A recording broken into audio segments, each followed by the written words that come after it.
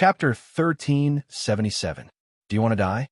This was a very arrogant line in any movie. The person who said this usually had the upper hand. They either had a large group of people behind them, or they already had a gun pointed at the other person's head. However, this sentence coming from the mouth of a person who was surrounded by more than 200 armed men and 4 humanoid mechs, it was as strange as it could get. After this sentence, there was a brief silence. After a brief silence, there was a burst of cold laughter. No one took Charlotte's threats seriously. In their eyes, Charlotte was just a man who was about to die. As long as Hayakawa Shinsuke swung his right arm forward, he would be dead. "Go to hell," Hayakawa Shinsuke said. His right hand was about to fall. The corner of Xia Lei's mouth still maintained a hint of a cold smile. "Wait, stop." A man's voice suddenly rang out, and the earth-shattering tension stopped for a moment. The sound of footsteps could be heard. It was the sound of an army marching in unison. Under the leadership of Liang Tao, the people of the resistance army finally arrived. There were also about 200 people in the resistance army. Their military discipline was obviously higher than the armed men of the Black Market Alliance. However, the resistance army's equipment was not presentable. Their weapons were all over the place, and many of them were rusty, broken guns. The resistance army also did not have the most expensive humanoid mechs in the Black Market Alliance. Compared to the Black Market Alliance, they looked shabby. If the armed men of the Black Market Alliance were compared to the well-equipped regular army of a country, then the resistance army was like a guerrilla army. The appearance of Liang Tao and the resistance army made Charlotte frown.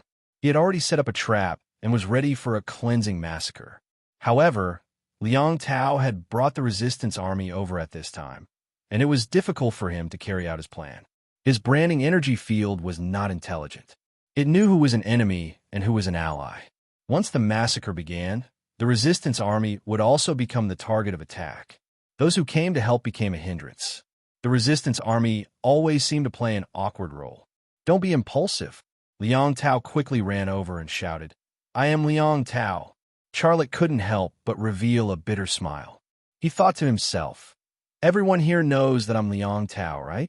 Hayakawa Shinsuke put down his right hand and said coldly, "Advisor Liang, what are you doing here? Why did he bring so many people with him? Did he want to start a war with us? If so, you'd better think about the consequences." The moment he opened his mouth, it was an undisguised threat. Liang Tao was the chief staff officer of the resistance army. From this point alone, it was not difficult to see that the Black Market Alliance really did not put the resistance army in their eyes. Liang Tao came to Hayakawa Shinsuke's side with a smile on his face. "We have signed a peace treaty. Why would we start a war? I heard the explosion and was worried that someone would cause damage, so I brought some people over to take a look." Hayakawa said, "You have seen it. You can go now. Take your people and leave this place." The corner of Liang Tao's mouth twitched slightly as a hint of anger flashed across his eyes. But Liang Tao was Liang Tao. He was thick-skinned. He smiled and said, "Mr. Hayakawa, that's not very nice of you to say that." He raised his hand and pointed at Charlotte. "He is our commander-in-chief's fiancé. You brought so many people to kill him. How can I leave?" When the word fiancé came out of Liang Tao's mouth, even Charlotte was stunned. He wondered if he had heard it wrong. "What?" Hayakawa Shinsuke looked surprised. He pointed at Charlotte and said, "This guy is Kanto Nana's fiancé? Liang Tao, are you lying to me? I have never heard that Kanto Nana has a fiancé." Liang Tao placed his right hand on his heart and raised his left hand above his head. "I swear to God, if I tell half a lie, I will not be able to get it up." Above his head was the earth's crust, and he could not see the sky at all. As the saying goes, swear to God does not hold water at all. Hayakawa Shinsuke snorted. "I don't care if what you said is true or not. This person not only destroyed the Black Market Alliance's business, killed our members, and killed so many of our warriors. Based on the nature of this matter, even Kanto Nana would not be able to let it go so easily, let alone you. Then what do you want?" Liang Tao's voice turned cold. "War?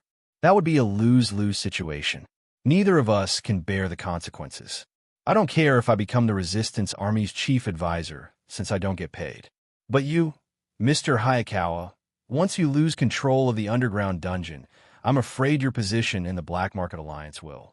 Liang Tao did not finish his sentence, but Hayakawa Shinsuke understood what he meant. In this dog-eat-dog world, he had climbed to where he was today by stepping on the corpses of countless people.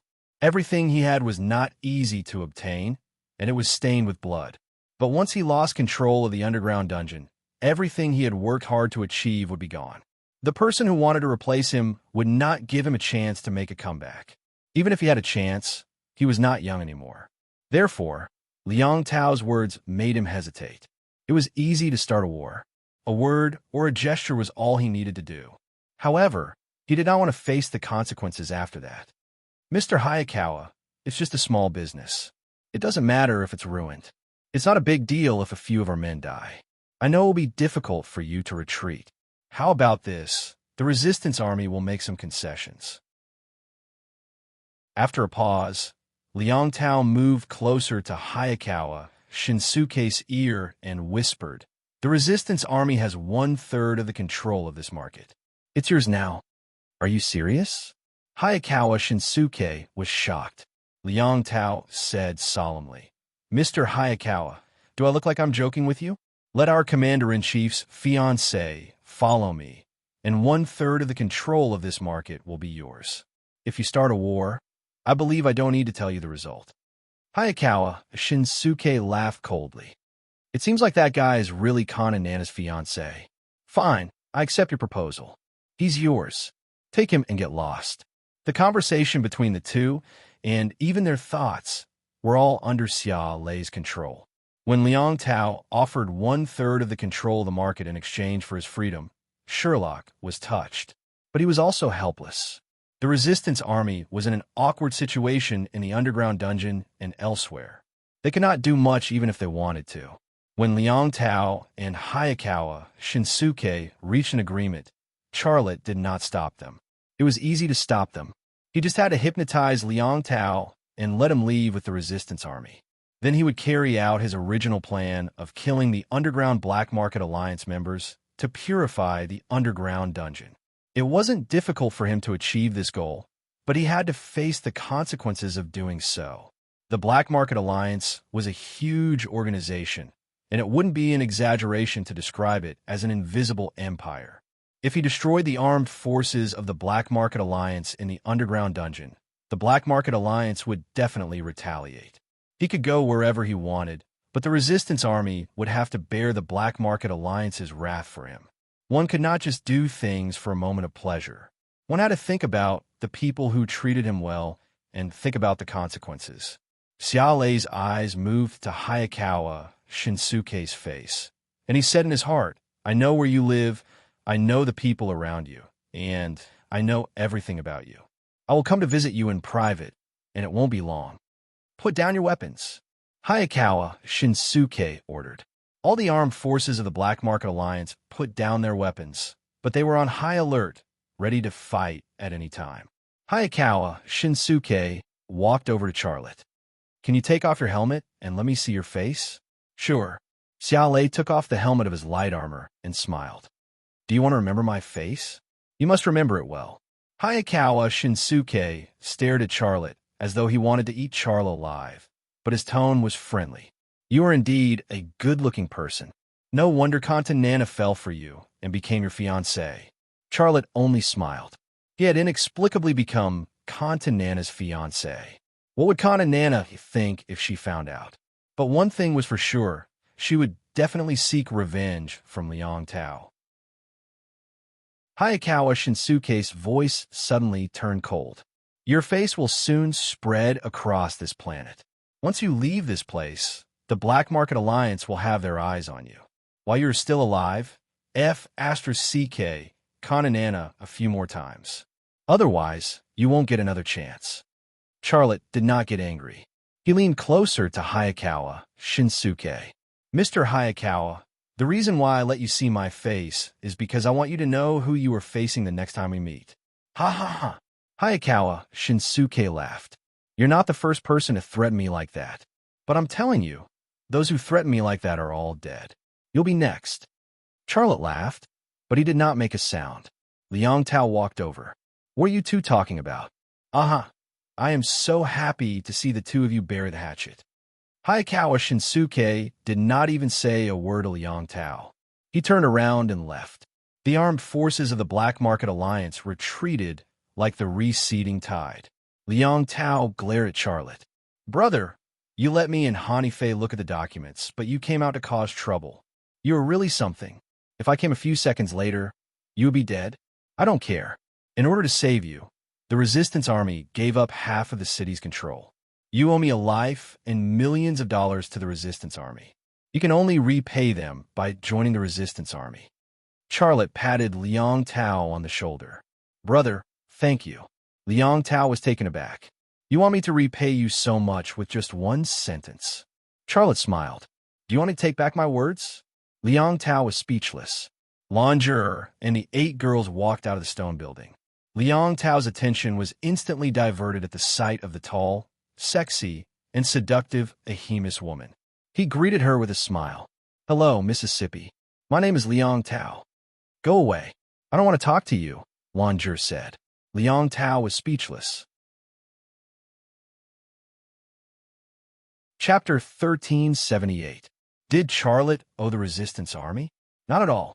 Even putting aside the things that Liang Tao got from the Yellow Station's treasury, just saving Hanifei and handing over Professor Pompey's research materials and experimental records to the resistance army was enough to offset the sacrifices that the resistance army had made for him this time. Not to mention the fact that he had asked Li and I to give the manual machine tool that he had made to the resistance army. The value of that machine tool was not any lower than the value of the 1/3 of the market that the resistance army had given up. White House. Liang Tao's office. My good brother, for my sake, stay for 2 more days. Liang Tao pretended to be pitiful. His expression and tone of voice did not match his age at all. It was as if he was 40 years younger. What? Charlotte said. Don't pretend to be confused, okay? Liang Tao said with a bitter smile. You clearly know that our commander-in-chief is coming. I promised her that you would wait for her here. If you leave, how will I explain it to her? All right, for your sake, I'll wait here for 2 more days. Charlotte said, Ha ha ha, you really are my good brother. I didn't save your life in vain. Liang Tao laughed very happily. Charlotte was a little speechless. He did not think that Liang Tao had saved his life. On the contrary, Liang Tao had appeared at the most inappropriate time and disrupted his plan. Liang Tao said excitedly, The main reason our commander-in-chief came here this time is to see you. She wants to personally persuade you to join the resistance army. You must give her face and join the resistance army. Let's create a future together. With us brothers working together, this world. Before he could finish speaking, Charlotte had already walked to the door. Why are you like this? Liang Tao said unhappily. I haven't finished speaking. Where are you going? Charlotte had already disappeared from the door. Liang Tao shrugged. I want you to introduce me to that Ahemus woman. You're not even willing to fulfill such a small request? Are we still brothers? That's too much. This was the real purpose of him talking so much nonsense. But how could Charlotte not know what was going on in his head? Teacher Xia, please follow me. I'll take you to your room. Ramona was already waiting in the corridor. Okay, thank you, said Charlotte. How is the chief now? Ramona asked. Charlotte was silent for a moment, then said, When I left, the village was attacked by the lascivious cat tribe and the stubborn rock tribe. The village was destroyed. If the village chief, Hunyo, and the others were here, it would be fine. When I left, the village chief had already made a decision. She will lead the people of Peace Village to seek refuge with the resistance army. I believe it won't be long before you see each other again. I'm relieved. Thank you, Teacher Xia. Ramona's eyes were filled with respect. Charlotte smiled. What are you thanking me for? Everything. Everything you've done for Peace Village. Ramona also smiled at Charlotte. Her dark face was even more enchanting because of the smile. The two chatted and laughed as they came to the door of a room in the White House. The 8 girls and Lan Ji were all standing at the door of his room. 9 women, 1 door, This scene filled one's imagination. Looks like I have to leave, Ramona said with a smile. It's that room. Teacher Xia, you can go by yourself. I don't want to be treated as an enemy. Charlotte smiled bitterly. Goodbye. Ramona turned and left, saying in a small voice, Really, there are women staring at me wherever I go. I'm worried for the village chief. Of course, this voice didn't escape Charlotte's ears. The bitter smile on his face deepened as he walked over. Why are you guys still here? The pretty girl looked delicate and pitiful. Master, you bought us. We are all your people. Other than following you, where else can we go? The other 7 girls also looked at Charlotte. They were wearing tattered military uniforms that were given to them by someone. Their faces were dirty, and they looked more pitiful than the other. They really looked like homeless beggars. It was actually very easy to drive them away. He just had to harden his heart and drive them away. However, looking at their pitiful looks and thinking about the dangers they would face after leaving this underground city, Charlotte couldn't harden his heart. He actually understood why they were pestering him. The reason was very simple. It was because he could protect them. Also, they thought that he was a good person. In this day and age, if one wanted to meet a good person, they really needed to be very, very lucky.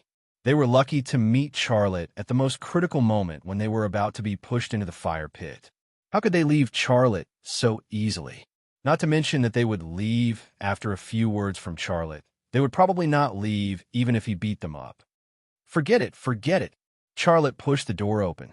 Let's talk in. The 8 girls followed Charlotte into the door.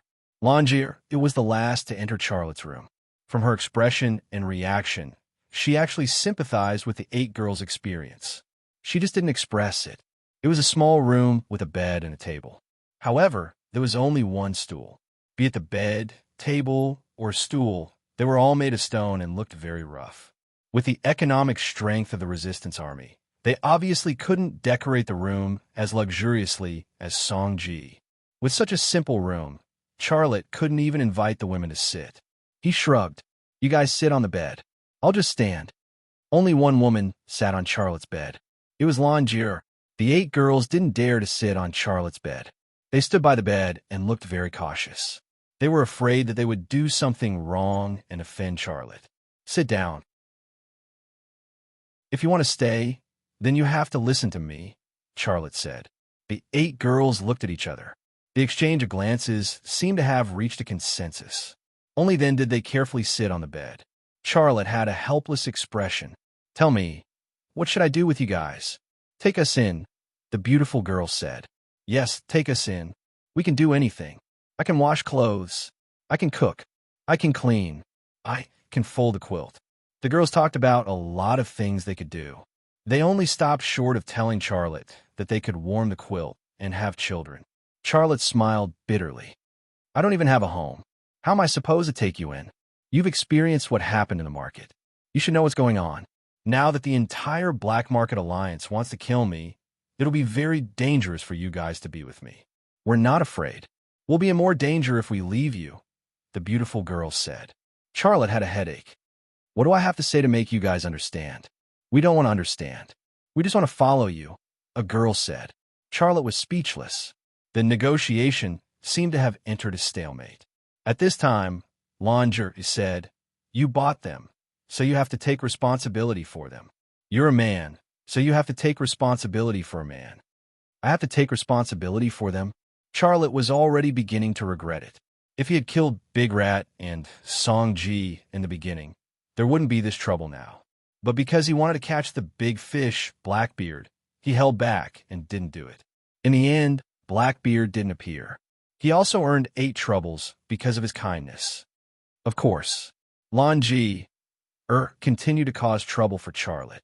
Don't you know what it means to buy women in that kind of market? It means that they're already your women. You can hit them and sleep with them, but you can't drive them away. At least, I've never seen a person who bought a female slave drive away his female slave. Okay, don't say any more. I'll think of a way. Charlotte was a little annoyed with her. I have a way. Longi said, buy a house in this underground city and settle them down. You can give them weapons and they'll protect themselves. The Resistance Army's branch is here. With your relationship with the Resistance Army will also take care of them. Buy a house. Charlotte looked very surprised. You're a man. Don't you want a home? Longier asked. With a house and female slaves, it was equivalent to having a home in this new world. However, Xiaolei had never thought of starting a family in this new world. His heart was filled with thoughts of going home. So how could he have thought of buying a home here? But after thinking about it carefully, he felt that this was a good way to solve the problem. Buying a house, buying some weapons, and letting these 8 girls live here was indeed much better than chasing them away and letting them wander outside without a home.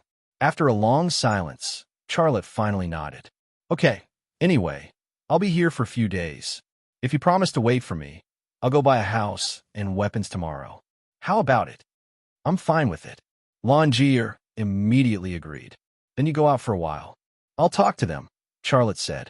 You're really impatient, pervert. Longier glared fiercely at Charlotte, got up, and went out the door. As soon as the door closed, the 8 girls suddenly became a little nervous. The beautiful girl even blushed and didn't dare to look at Charlotte's eyes. The bolder ones not only stared straight at Charlotte, but also intentionally or unintentionally adjusted their thighs, flipped their hair, and so on. Seducing men, girls were born with it. Charlotte coughed. Are you willing to do anything for me? The 8 girls nodded together. Well, I have a request. Charlotte hesitated, rubbing his hands, as if he couldn't open his mouth. The beautiful girl suddenly plucked up her courage and stood up. I'll sleep with you. Charlotte was stunned. We can all do it. The other 7 girls also stood up. The beautiful girl timidly added, I'll take a bath first, can I? Charlotte hurriedly said, No, I don't mean that. I mean, can you give me milk? This time, it was the 8 girls' turn to be stunned. Charlotte tried very hard to put on a serious look. For the future of mankind, help me. The 8 girls nodded in unison. The beautiful girl decisively pulled down the zipper of her tattered military uniform.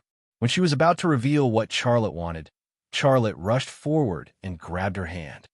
What I want is not the milk on your body, but the milk you drink. The girls. What was the difference? Chapter 1379. Drinking milk to evolve. This was the path of evolution that Charlotte created himself.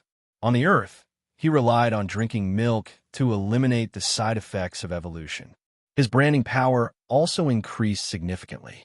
However, after coming to the New World, the blue moon in the sky limited his branding power. Except for some milk from Linqing, he didn't drink milk again. But in the underground city, the blue moon in the sky couldn't limit his branding power. Drinking milk was a very easy thing for him. The 8 girls were all 17 or 18 years old. Although they didn't develop well because of malnutrition, producing milk was absolutely not a problem. He only needed to deeply touch their bodies, let their bodies skip the stage of pregnancy and childbirth, and directly enter the breastfeeding period. There was nothing that the girls didn't want to do. Charlotte saved them from the fire pit, avenged them, and even prepared to buy them a house so that they could have a place to live. In the face of such kindness, why wouldn't they be willing? Of course, explaining to the 8 girls why he could produce milk was a very troublesome thing, because he had to face 8 mouths. Master, are you implying that we should give you children? No, it's just producing milk. Charlotte said, Master, if we don't have children, where will the milk come from? You don't have to worry about this. I will take care of it. Charlotte said, How to do it? Do it now. Master, you really don't have to be embarrassed. You are a good person. We are willing to do anything for you. Master, we are your female slaves. We are willing to do anything. Master, don't call me master. How many times do I have to say it before you remember? Yes, master. Master, you should rest. Let me help you take off your clothes. I will get you some water to wash your feet. I will make the quilt. The 8 girls spoke one after another, and the room was filled with their voices. This master was too kind and gentle to women. They simply didn't have the slightest fear of him. Charlotte was dizzy from the noise. When the girls surrounded him to help him take off his clothes, he suddenly said loudly, Look at my eyes.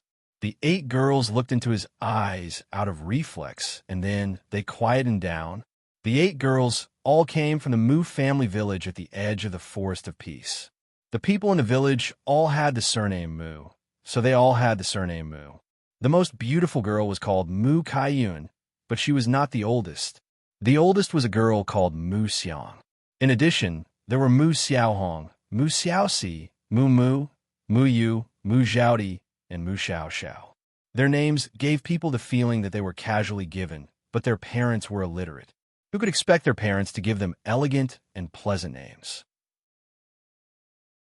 Though their names were ordinary and casual, like a rock in the mountains or a wildflower by the river, they had kindness and simplicity that the people of the underground city did not have.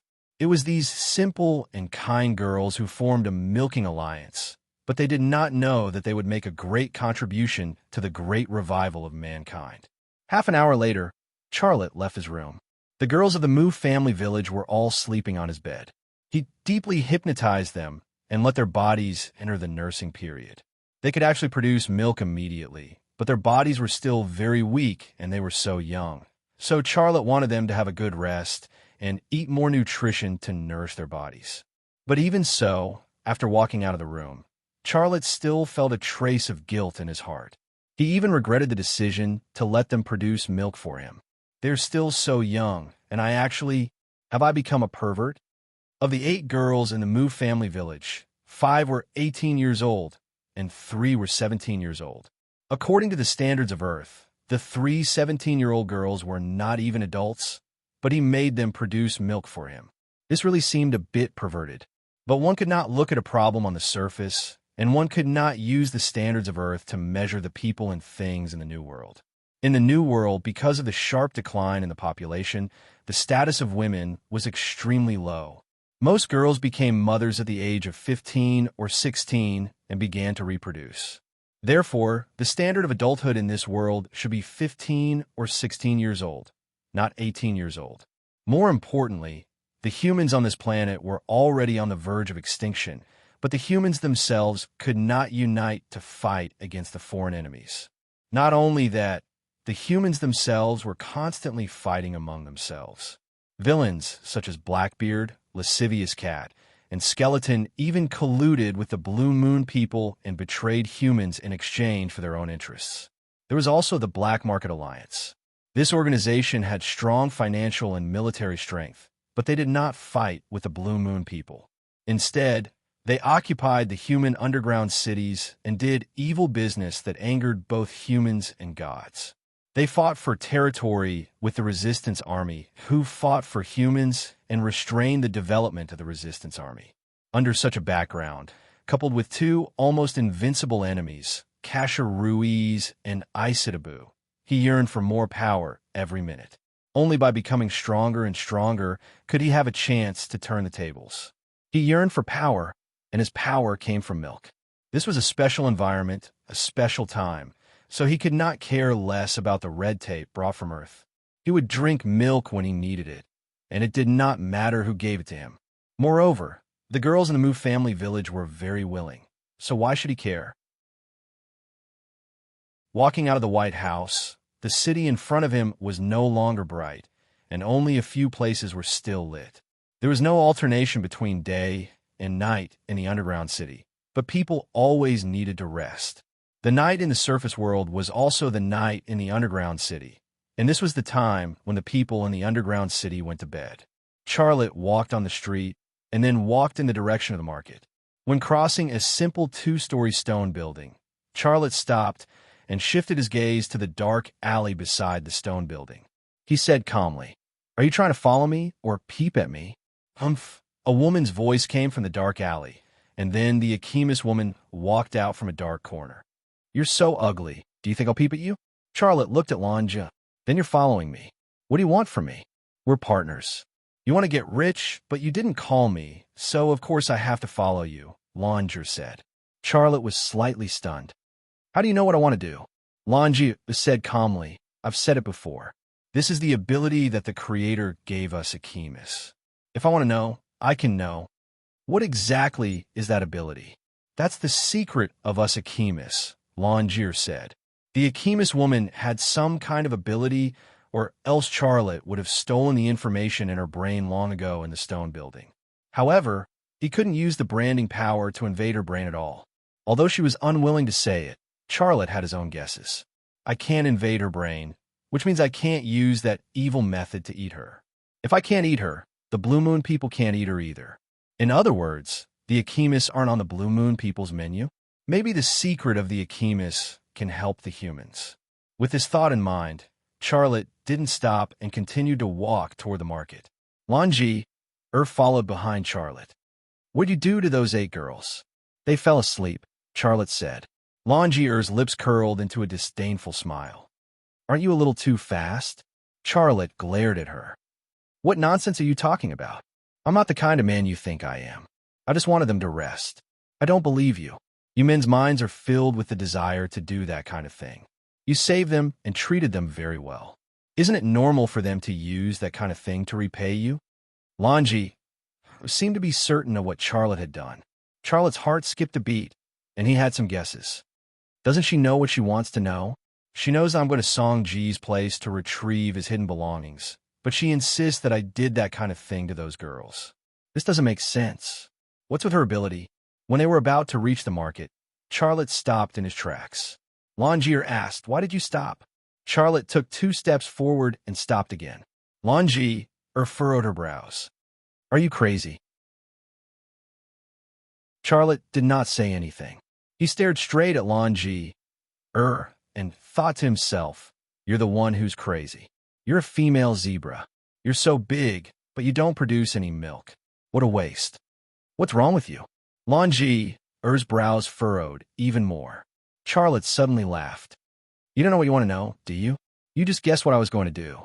Also, you don't have any special ability at all. Otherwise, you wouldn't have been caught by Song Ji. However, you Asimists do have secrets because you're not on the Blue Moon people's menu. Tell me, what is it? Longier snorted. You arrogant fellow. Do you really want to know? Charlotte nodded. Yes. Longier said, I'm not telling you. Charlotte was speechless. Longier pushed aside Charlotte, who was blocking her way, and strode into the market. Xiaolei followed her and looked at her wriggling buttocks. He thought to himself, your buttocks are so big. I wonder if a man has ever touched them before. It's said that women with big butts can give birth to sons.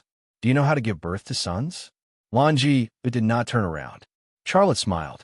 It was wrong to scold her in his heart, but he had used this method to confirm one thing. Longier did not have any ability to think. Otherwise, she would have been angry at him for scolding her like that. He thought to himself, she must have found out about his secret because of some other reason. I must find out about the Asimist secret. I'm going to the Forest of Rest.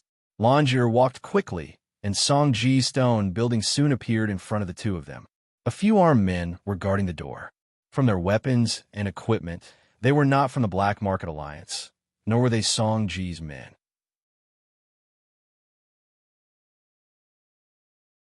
Chapter 1380. There were a total of 5 armed men guarding the entrance of the stone building. Their clothes and weapons were not uniform. Their exposed faces and arms were covered in evil tattoos. Their bodies were also covered in metal things like skulls and spikes. It was very eye-catching. The armed men of the Black Market Alliance all had uniform weapons and clothes.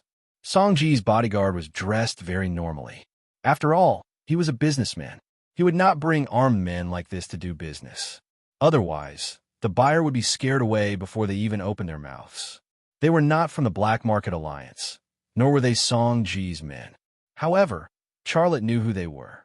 Song Ji had sent someone to inform Blackbeard. These armed men were Blackbeard's men. The 5 armed men looked at Lon Ji and Charlotte warily as they walked toward the stone building. One of the armed men with a red nose stared at Charlotte. His eyes seemed to be observing and suspicious. Lon Ji stopped. I'll leave it to you. Charlotte stepped past Lon Ji and walked toward the entrance of the stone building. He knew that Lon Ji's combat power was actually very high. She did not make a move, but let him deal with the armed men. Wasn't her intention to observe him and find out more about his secrets? However, he didn't care. These black-bearded armed men in front of him were like little kids with rubber bands and slingshots. Stop! The red nose shouted. Who are you people? What are you doing here? Charlotte did not speak. He continued to walk toward the stone building. Damn it! One of the armed men suddenly raised his gun. I will kill you. At this time, the red nose suddenly remembered something. He hurriedly pulled out a crumpled sketch from his pocket. He glanced at it, and his expression changed. It's him, the guy who blew up our refinery. Kill him. The four armed men suddenly pulled out their swords and slashed across their own necks. You? The red nose's tone and expression changed from one extreme to another. A second ago, he gave off a ferocious feeling that his teeth could bite through steel. A second later, he was like a critically ill patient. He did not even have the strength to speak or stand. His eyes were filled with the fear of death. Charlotte walked past him and entered the stone building. From beginning to end, he did not say a word to the red nose. The red nose looked at Charlotte's back. He wanted to shoot because this was the best chance to kill Charlotte. He was horrified to find that he could not control his hands at all. His hands and feet seemed to be tied up by invisible ropes. He could not move. This scene entered Lon Jier's eyes. Her blue and black eyes were also filled with horror. She wanted to pry into Charlotte's secrets.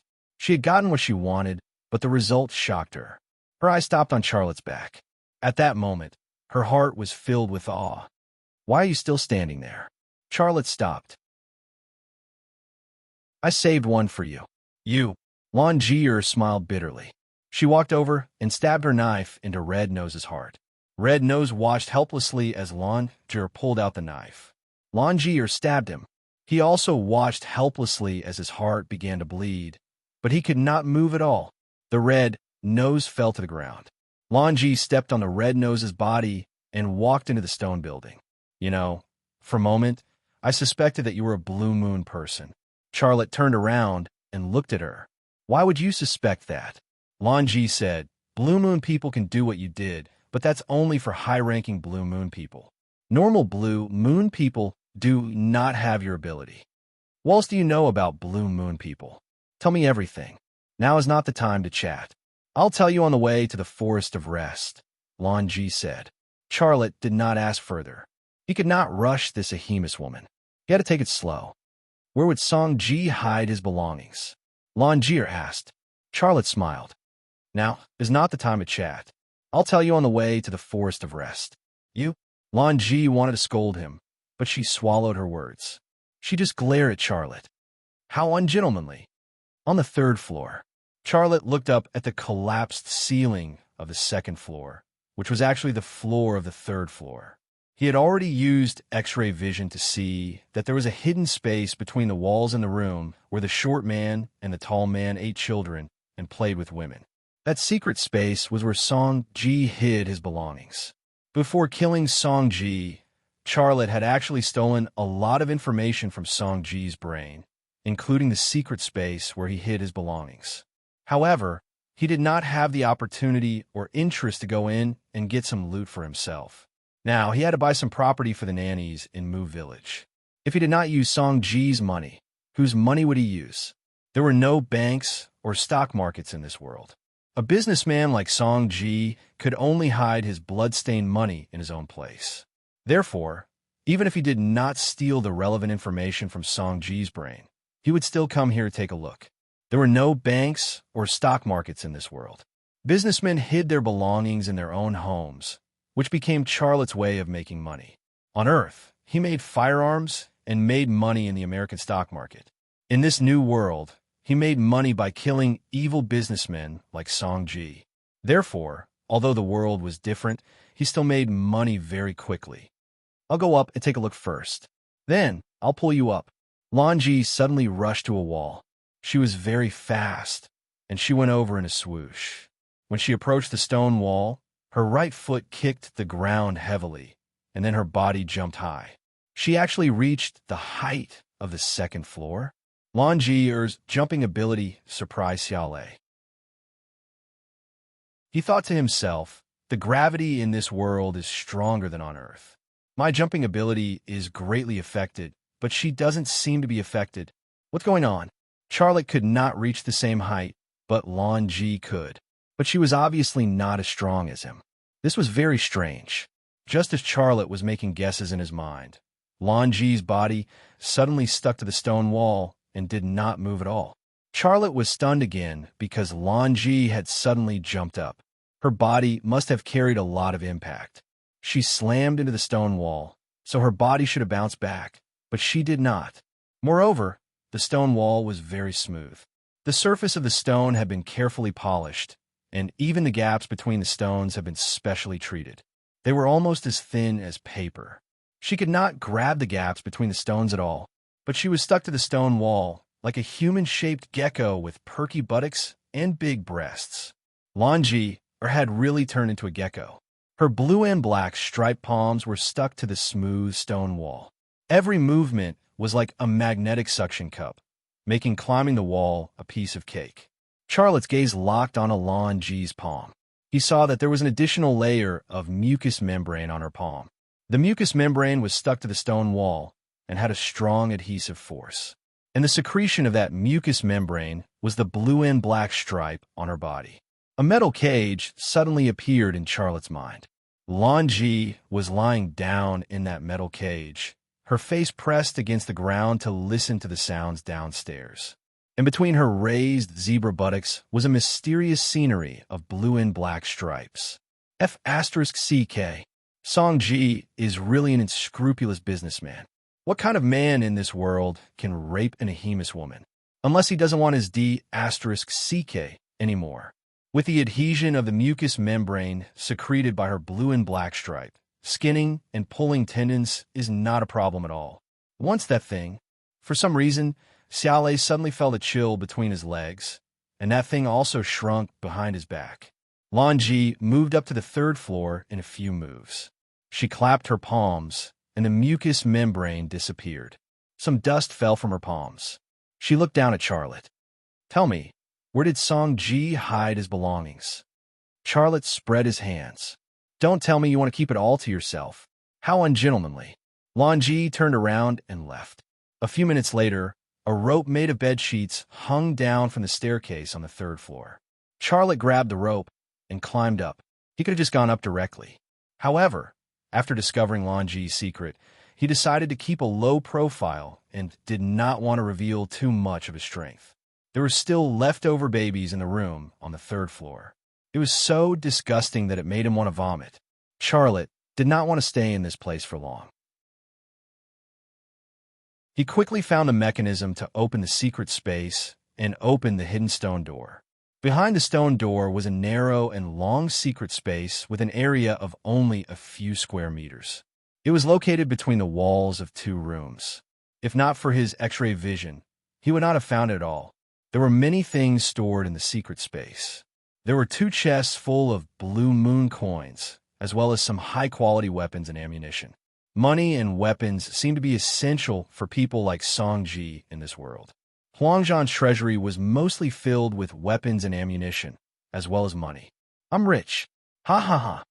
Lan Ji pounced at a chest full of money, unable to suppress the excitement in her heart. She stuffed money into the pockets of her clothes and pants. When she was full, she pulled open the collar of her underwear and continued stuffing money into it. Charlotte was curious. "You live in the forest of rest. Why you love money so much? What do you need money for?" Lan Ji stuffed money into her underwear as she said, "Do you think the Ahemus living in the forest of rest should live like primitive people? We have a business agreement with the Blue Moon people. We use money to buy their weapons and other resources. Our civilization needs the Blue Moon people's weapons and resources for production." The Ahemus were indeed not on the Blue Moon people's menu. "You caught Song Ji because you want to earn money, right?" Charlotte said. "That's none of your business. Do you want this money? If you don't want it, I'll take it all." Lan Ji seemed to have become a different woman in front of the 2 chests of Blue Moon coins, greedy and selfish. Charlotte said, "Keep it. When you can't keep it anymore, it will all be mine." "That's what you said." Lan Ji suddenly stood up and tucked her pants in her boots. Then she pulled open the waist of her pants and stuffed the money inside. Charlotte looked at her in shock, not knowing what to say. He saw the white underwear that Lan Ji pulled open, and he could vaguely see the bulge of the blue and black stripes. However, after discovering the secret of the Ahemus woman, Not only did he not have an impulsive reaction, he even shrunk back a little. There was nothing in this world that was invincible. Everything in the world had its nemesis. Xiao Xia had run amok for many years, and now she had finally met her nemesis.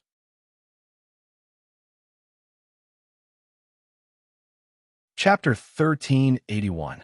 Song-ji had stored quite a lot of things in the secret room. There were about 1,000,000 Blue Moon dollars, including the weapons, ammunition, and other collectibles. The total value was about 2,000,000 Blue Moon dollars. Lanji had placed a box full of Blue Moon dollars on her body. Her pockets, pants pockets, underwear pockets, and pants pockets were all filled with Blue Moon dollars.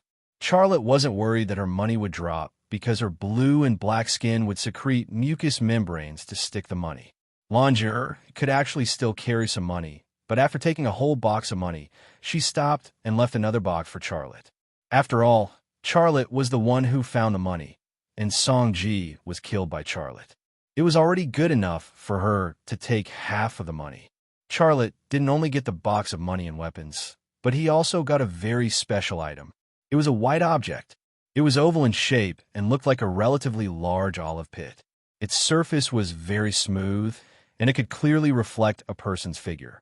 It wasn't made of metal or plastic. It looked like a synthetic material. It was a little soft, but when Charlotte wanted to pinch it open, he couldn't break its structure. It was obvious how stable it was. Xiaolei held it in his hand and looked at it from left to right. Then he looked at Lanji and thought to himself, this thing can't be a Blue Moon woman's sex egg, right? When Lanji saw the white olive pit in Charlotte's hand, her eyes immediately lit up. She suddenly reached out to snatch it from Charlotte's hand. How could let her succeed? He pulled his hand back and easily avoided Lanji's hand. Can you give it to me? Lanji said. Why do you want it so much?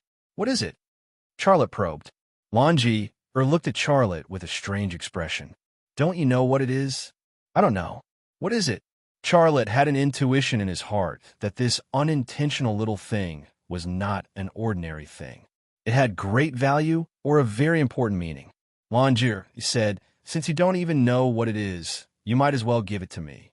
It's just a small toy. I keep it for myself. Charlotte smiled. I won't fall for your trick. This thing must be very valuable and important. It doesn't matter if you don't tell me. I'll just take it back and ask Liang Tao. There must be someone in the resistance army who knows what it is.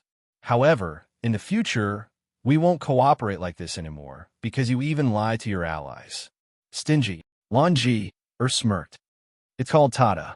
It's a communication device that the Blue Moon people give to trustworthy people. It's also a pass to enter the Blue Moon. With it, we can enter the Blue Moon and do business with the Blue Moon people. Charlotte's heart skipped a beat. You're saying that as long as I have this Tada, I can enter the Blue Moon in the sky? Lanji nodded. Yes, but you have to have a spacecraft to go up. Where can I get a spacecraft? Charlotte was already tempted. Lanji said, that's very difficult. It's almost impossible for you to get a spacecraft that can go up to the Blue Moon. Your own spacecraft can't fly up at all. However, as far as I know, every year, the Black Market Alliance will prepare a large number of top-grade goods for the nobles of the Blue Moon people. They will then apply for a spacecraft and send a representative to the Blue Moon to trade with the Blue Moon people. I don't know who this Tada in your hand belongs to, but you have to figure it out first. Also, it seems to have run out of energy. You have to find a way to replenish it. Charlotte nodded and thought to himself, it seems that this Tada isn't Song-ji's, but someone else's. Song-ji hasn't been to the Blue Moon before. If he had, it would be impossible for his brain to not have relevant memories of such an important experience. No matter what, I must get the energy of the Blue Moon people and activate this Tada. Going to the Blue Moon was a very strong wish of Charlotte's after coming to this new world. He had to go up there, turn the world upside down, and destroy the Blue Moon. Although there was no alternation between day and night, it was still daytime when the time came. In order to increase the feeling of daybreak, the underground city had specially installed a huge spherical lamp on the rock wall above the city. It would be lit up at 6:30 a.m. every day. Everyone in the city could see it and know that it was daybreak outside. The underground city had been built for 100 years, but the desire of the people living in the underground city to return to the surface had never been extinguished. In a room in the White House, the girls from Mu family village woke up one after another. They saw a big box of money in the room and a large pile of weapons and ammunition. However, the person they wanted to see the most was not in the room. "Look, there's a lot of money and weapons." Mu Xiao Xiao, the youngest of the group, broke the silence in the room. Mu Xiaodi, the oldest of the group, said, "That must be the weapons and ammunition Master bought for us. He's a man of his word. By the way, why did we fall asleep? Didn't Master say he wanted to drink our milk?" Mu Kaiyun, who was the most beautiful, said. She was not interested in the weapons and ammunition. "Master must be lying to us. We haven't even given birth to a child. How can we have milk?" Mu said, "Aya, my chest is so swollen." Mu Xiang lifted her clothes, revealing her snow-white chest. Perhaps it was really swollen and uncomfortable, so she squeezed it with her hand. It did not matter if she squeezed it, but when she squeezed, a white liquid flowed out. "Ah!" Mu Xiaoxi's voice was full of surprise. "Mu Xiang, is that milk?" "That's milk. I can smell that smell," Mu Xiaohong said excitedly. She was beside Mu Xiang. "Oh my God, you haven't even given birth to a child. How can you have milk?" Mine also has milk." "No way, let me see my." "Ah, I have it too. We all have milk." The room was snow-white, and the scenery was like an undulating snowy mountain. It could dazzle people's eyes. The girls were talking about their milk, and the scene was very noisy and lively. In an instant, Mu Tsayun's words suddenly made the noisy scene quiet down. "Is our master a god? I heard my grandmother say that 1,000 years ago, holy thunder could make a woman pregnant with just one look. Holy thunder is a god, but our master only needs to look at us, and we can produce milk. Is he a god like holy thunder? Can make a woman pregnant with a glance? How could he be so godly? I've never heard of such a legend." Mu Xiaoxi said, "The reason why we say that holy thunder is a god is because we respect him, but he is not a god. He died in battle, but a god will not die. Even a god will die, right? If he is not a god, then how do you explain our milk?" Mu Kaiong said. Mu Xiaoxi did not know how to explain the strange incident of her milk producing milk. "Well, stop discussing. Master wants to drink milk, so let's milk him. He is so good to us, so we have to be good to him." Mu Xiaohong climbed down from the bed. She quickly found a porcelain bowl and milked the milk in it. The girls of Mu family village gathered in front of the stone table and lined up to milk the porcelain bowl. The crowd squeezed a lot, and the porcelain bowl that could only hold 300 milliliters was quickly filled with milk. The milky white liquid exuded a rich fragrance, and it made the air in the room smell good. At the same time, Charlotte, who had just walked into the corridor, suddenly stopped. His nose sniffed hard, and then his milkworm crawled out of his throat. He couldn't wait to go to the door of the room. He didn't even bother to knock on the door. He pushed the door open and walked in. At that moment, the beautiful scenery of a rolling, snowy mountain suddenly entered his sight. The corner of his eyes seemed to be illuminated by more than a dozen searchlights, and he was instantly dazzled. "Ah!" Mu Xiao Xiao cried out in surprise and hurriedly covered her small chest with her hands. She was the youngest and the shyest. Charlotte hurriedly turned around. "I didn't see anything." This was the best example of lying through one's teeth. The girls hurriedly pulled down their clothes. Their faces were all red, and they were very embarrassed. Although they had already regarded Charlotte as their master and were willing to give their everything to him, they were still ignorant girls who had not experienced the world and simply could not let it go. "Are you guys done?" Charlotte said. "We're done." Mu Caihong's voice was small, but there was a bit of timidity in it. "Master, we gave you a bowl of milk. Drink it while it's hot." This should be the most touching words that Charlotte had heard since he came to the New World. He turned around and looked at the big bowl of milk that Mu Kaiyong carefully held in her hand. His heart was moved. What lovely girls they are, and what great sacrifices they have made. "Thank you." Charlotte bowed deeply to the girls. The girls were stunned for a moment, then hurriedly bowed to Charlotte. Charlotte hurriedly went up to support Mu Kaihong and took the porcelain bowl from her hands. All right, don't bow to me. I'll drink this bowl of milk first. The 8 girls looked at Charlotte with curious eyes.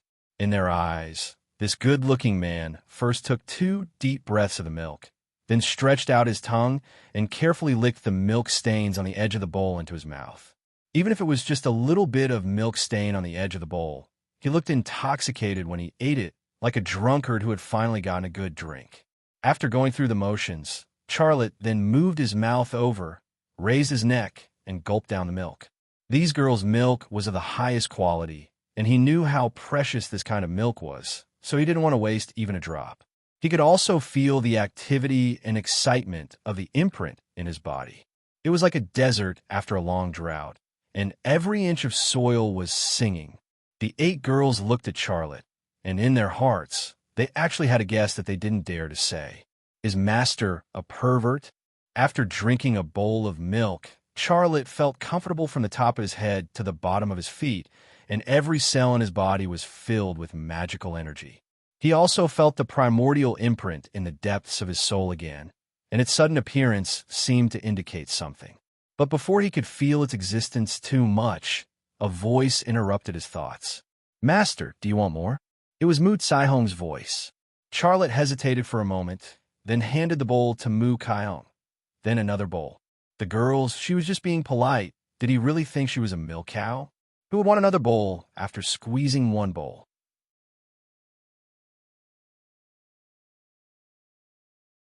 Chapter 1382.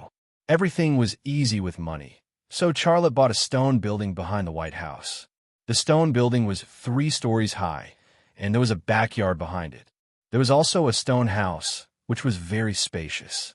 This place was the territory of the resistance army.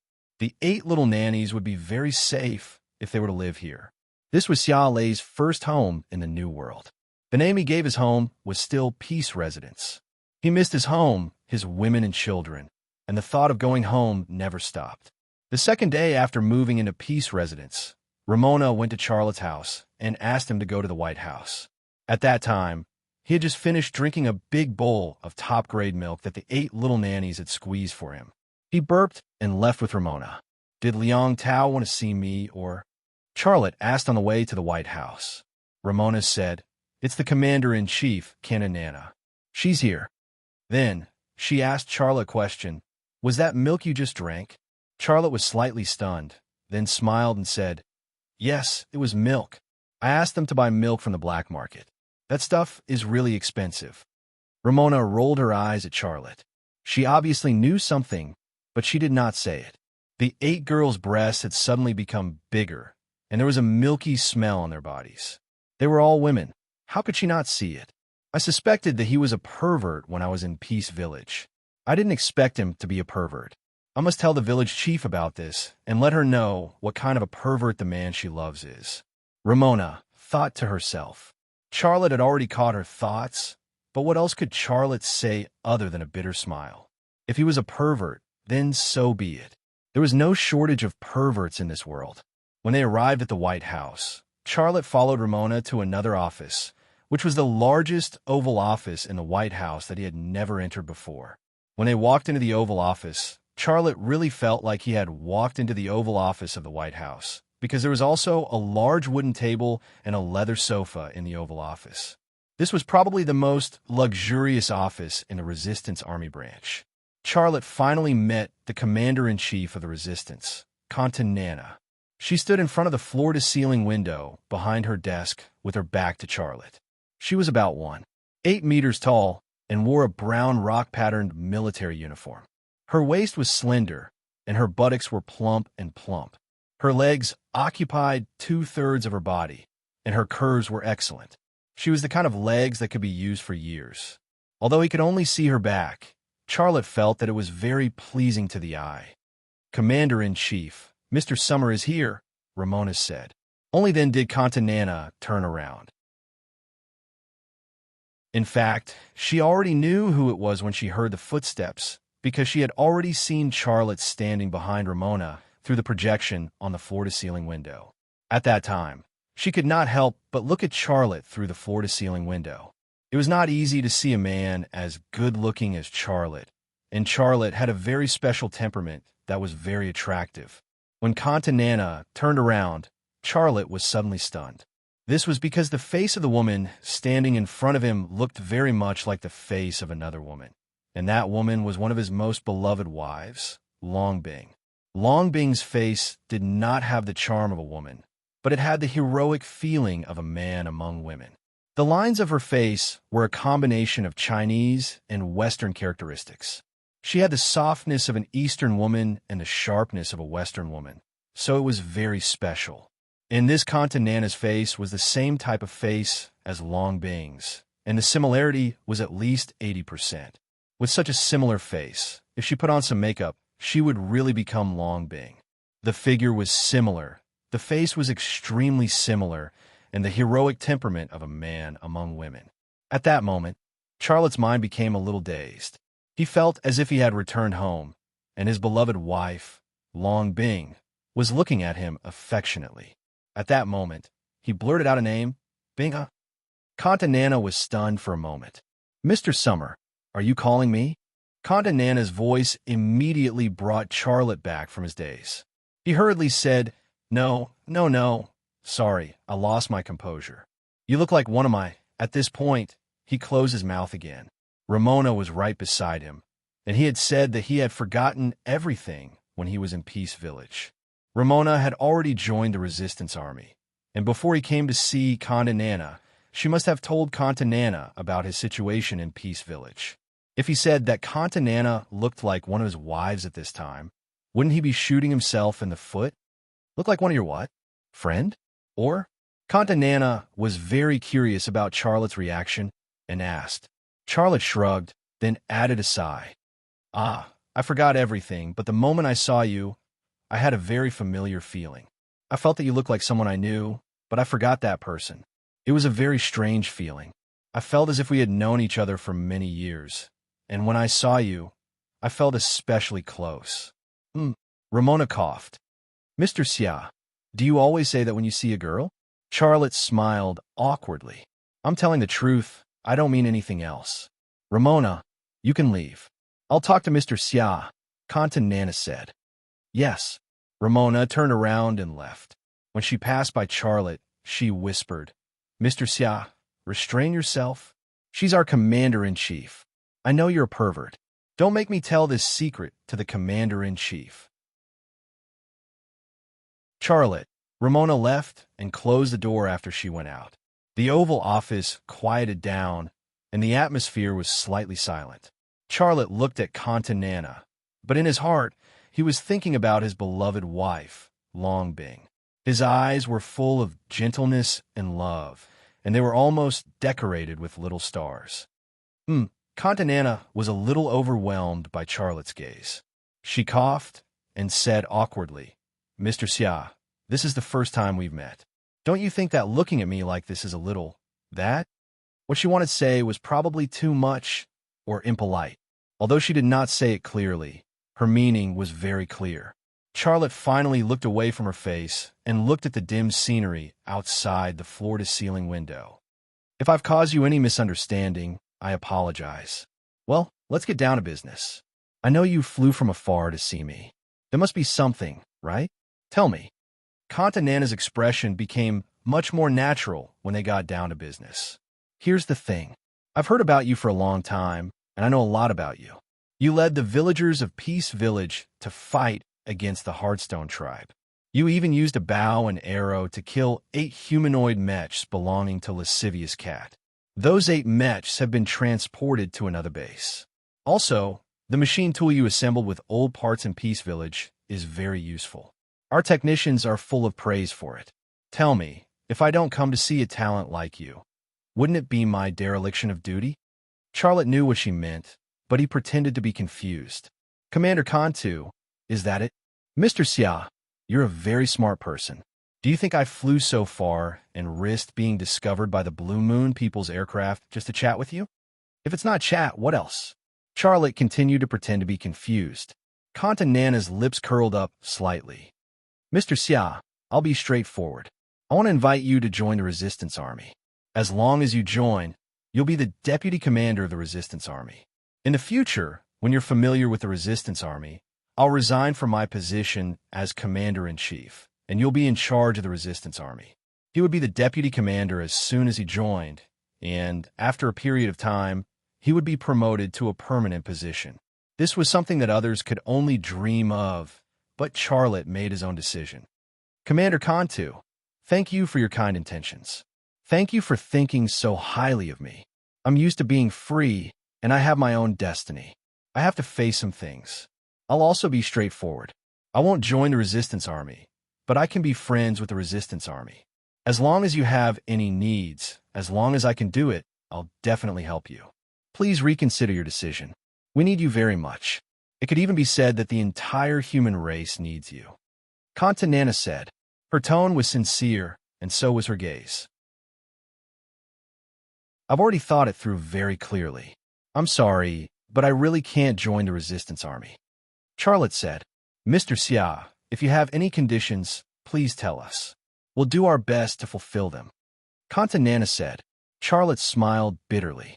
I don't have any conditions, and I've already made it very clear. At this moment, there was a knock on the door, followed by Liang Tao's voice. It's me, Liang Tao. Is it convenient for you to come in? What's inconvenient about it? Come in. Contanana's voice was not polite at all. The door opened and Liang Tao walked in. There were bloodstains on his body, and his face was stained with blood and mud. It looked like he had just come down from the line of fire. Contanana was stunned. Aren't you in the northern part of the desolate border city? What happened? Liang Tao walked to the desk and grabbed a cup on the table. He drank all the water in the cup in one gulp before saying, The defense line we built in the north was attacked by the Blue Moon people, and some of our brothers died. I ordered our people to retreat underground, but the Blue Moon people did not retreat. Contanana thought for a moment. There's a natural cave under the northern defense line. It's very suitable for building a new city. This is our Resistance Army's secret. Why would the Blue Moon people suddenly attack our northern defense line? Someone must have leaked the secret. Liang Tao said. Damn it. Contanana slammed her fist on the desk. Those who betray humanity deserve to die. In order to obtain some benefits from the Blue Moon people, they even betrayed their own race. Don't they think about it? If one day we were all eaten by the Blue Moon people, would the Blue Moon people still keep them alive? Charlotte was silent for a moment before saying, Tell me, who knows the secret of the northern defense line? I can help you find out who betrayed you, and I can also help you get rid of the traitors. You? Contanana said unhappily. This is an internal matter of the Resistance Army. You're not a member of the Resistance Army, so we don't need your help. Don't you have something to do? You can leave now. She tried her best to persuade Charlotte to join them. She even said, If you have any conditions, just tell us. We will try our best to fulfill them. With her status, this was the best she could do, but Charlotte had rejected her time and time again. She was obviously unhappy. All right then, goodbye. Charlotte turned and left. Liang Tao grabbed Charlotte's hand. My good brother, how can you leave just like that? I rushed back from the front line to ask for your help.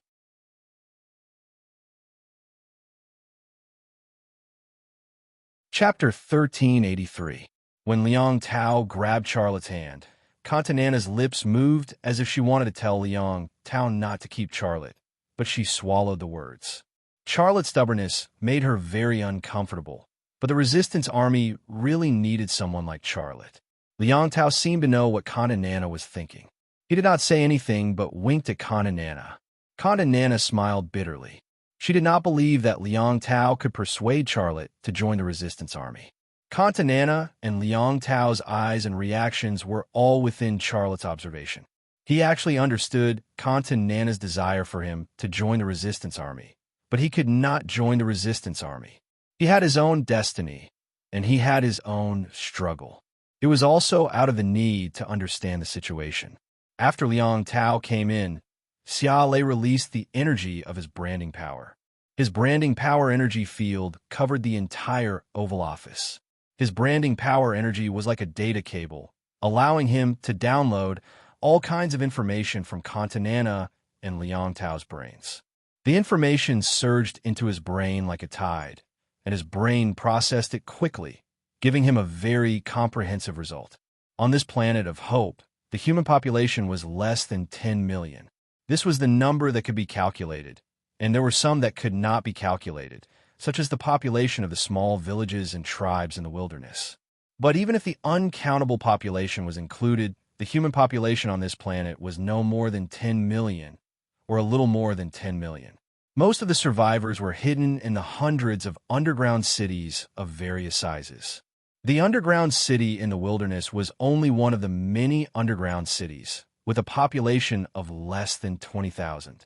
The largest underground city, the underground city of the Holy Land, had a population of more than 200,000. It was in the first district, far away. It was also the last remaining major city of mankind, and its construction began 500 years ago. From the information downloaded from Nana's brain, Charlotte had a more comprehensive understanding of the Resistance Army. The Resistance Army was a military organization that fought against the Blue Moon people, but it was not a whole. It was a chaotic situation of warlords.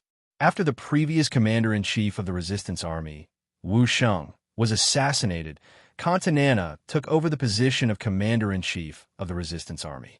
Although she had the title of commander-in-chief of the Resistance Army, she could only control this one Resistance Army.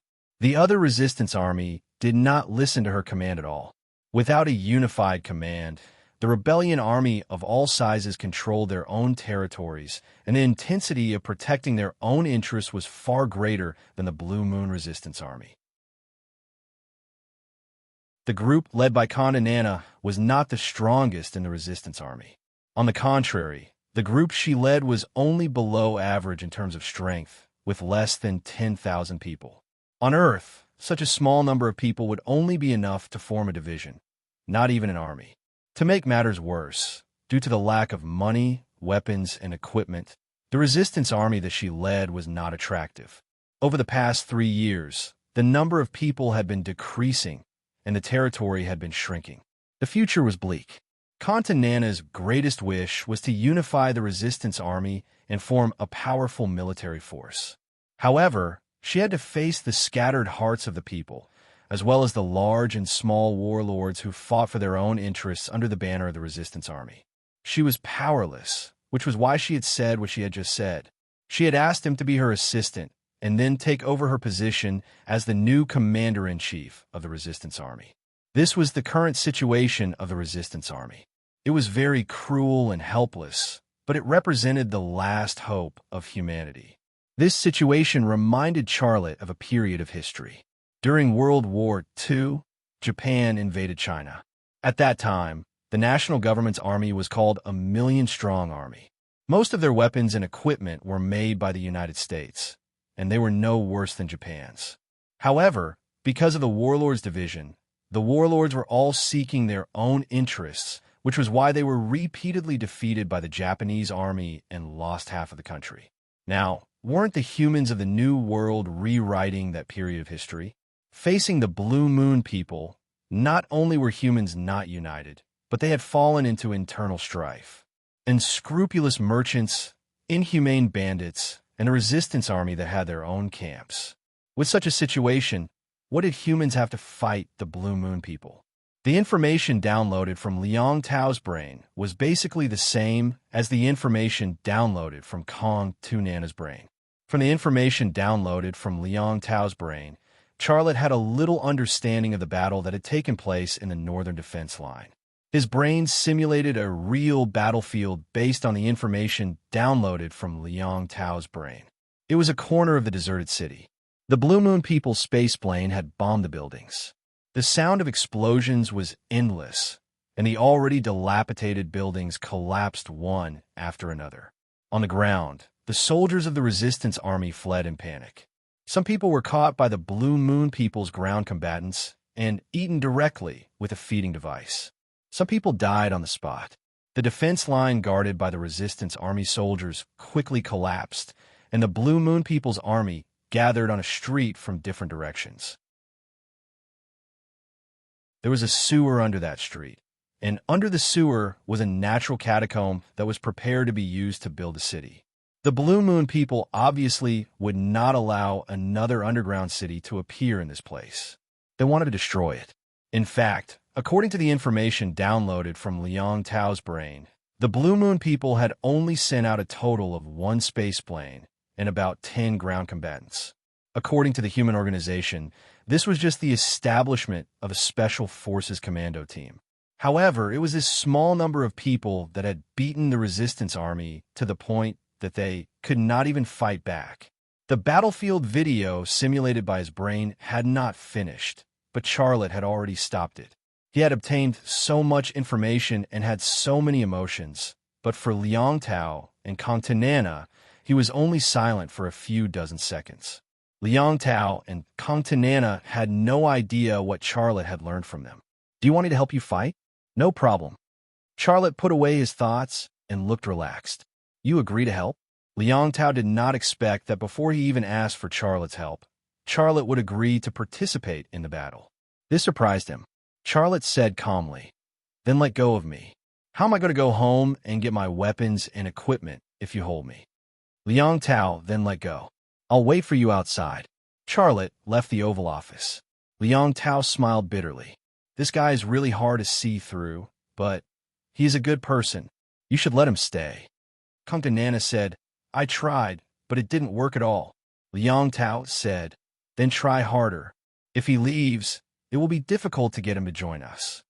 You have a good relationship with him. You are responsible for this matter," Contanana said. Liang Tao looked like he had a headache. "If I could do it, I wouldn't have asked you to come. That guy's only weakness is women. When he sees beautiful women, his heart will soften. Haven't you tried to attract him?" Contanana glared at Liang Tao. "Shut up. I'm not that kind of woman. Also, I heard that you told Hayakawa Shinsuke that he is my fiancé. Is that true? Wasn't that just an expedient measure? The situation at that time? All right, that's enough. Just this once. If I hear you say that again, I'll teach you a lesson." Contanana glared at him like a tigress ready to fight. Liang Tao shrugged. "Well, I won't say it anymore. But I really think you and him are a good match." "You're still talking." Contanana's voice echoed in the Oval Office, causing the glass to rustle. "I'm leaving." Liang Tao ran out of the Oval Office as if he was escaping. Contanana hesitated for a moment before she also went out. She caught up with Liang Tao. "I'm going to see it too." "You?"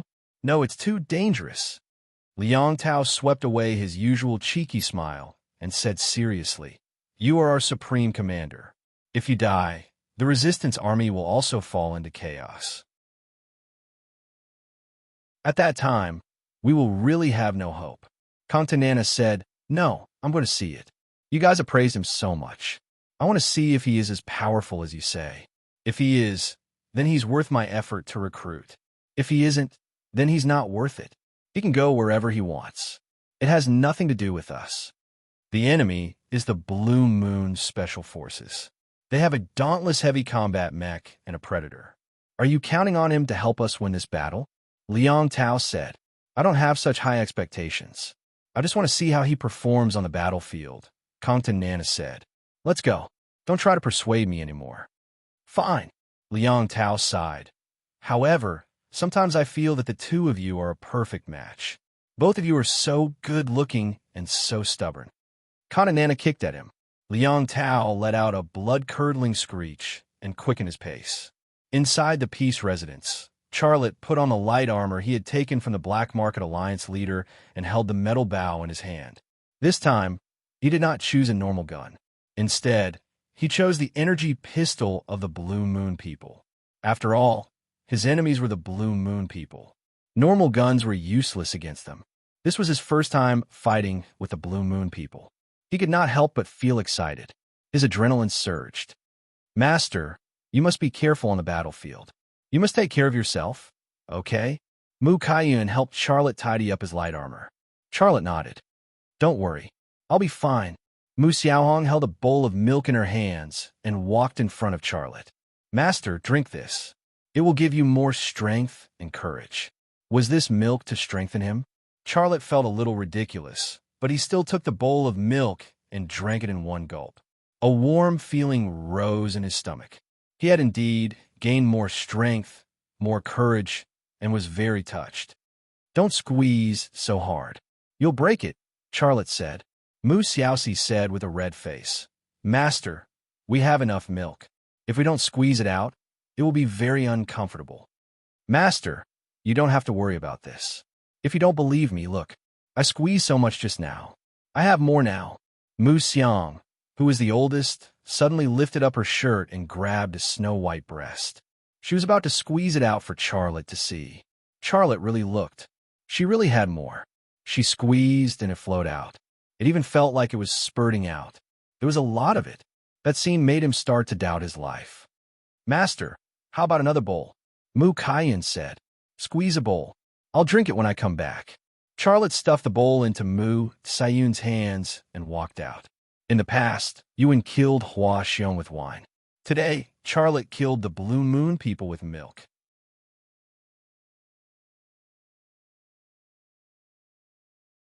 Chapter 1384. Surrounded by a group of heavily armed rebel soldiers, Charlotte followed Liang Tao and Contanana to the light rail station. The underground city's light rail was connected to the desolate city's subway system to reach different parts of the city. It was also the lifeline of the underground city. Many resources were transported through the light rail. Fortunately, the light rail was controlled by the rebel army. Do you suspect who it is? Charlotte asked when they arrived at the light rail station. Liang Tao shook his head. I don't know, but I'm investigating. If I find out who it is, I'll kill him. Is it only the rebel army that knows the secret of the northern defense line? Charlotte asked. Liang Tao said, of course not. It's a huge project to develop a new underground city. It requires a lot of manpower and resources. You know our situation. We don't have that kind of power. The people from the Black Market Alliance have interfered and are working with us. So, the only person who knows the secret of the northern defense line is Hayakawa Shinsuke from the Black Market Alliance. Charlotte's heart skipped a beat. You were attacked by the Blue Moon people. Did the Black Market Alliance not send reinforcements? That's a project you're working with. No, Liang Tao snorted. Those guys have better equipment than us, and they even have mechs. But they're not willing to fight. They're only willing to pay a little money. We'll investigate the leak when we get back. Now is not the time, Contanana said. A light rail car drove into the platform. There were already some rebel soldiers transferred from elsewhere on the car. Just as Charlotte was about to board, a large group of armed men suddenly arrived at the light rail station. They were not from the rebel army, but from the Black Market Alliance.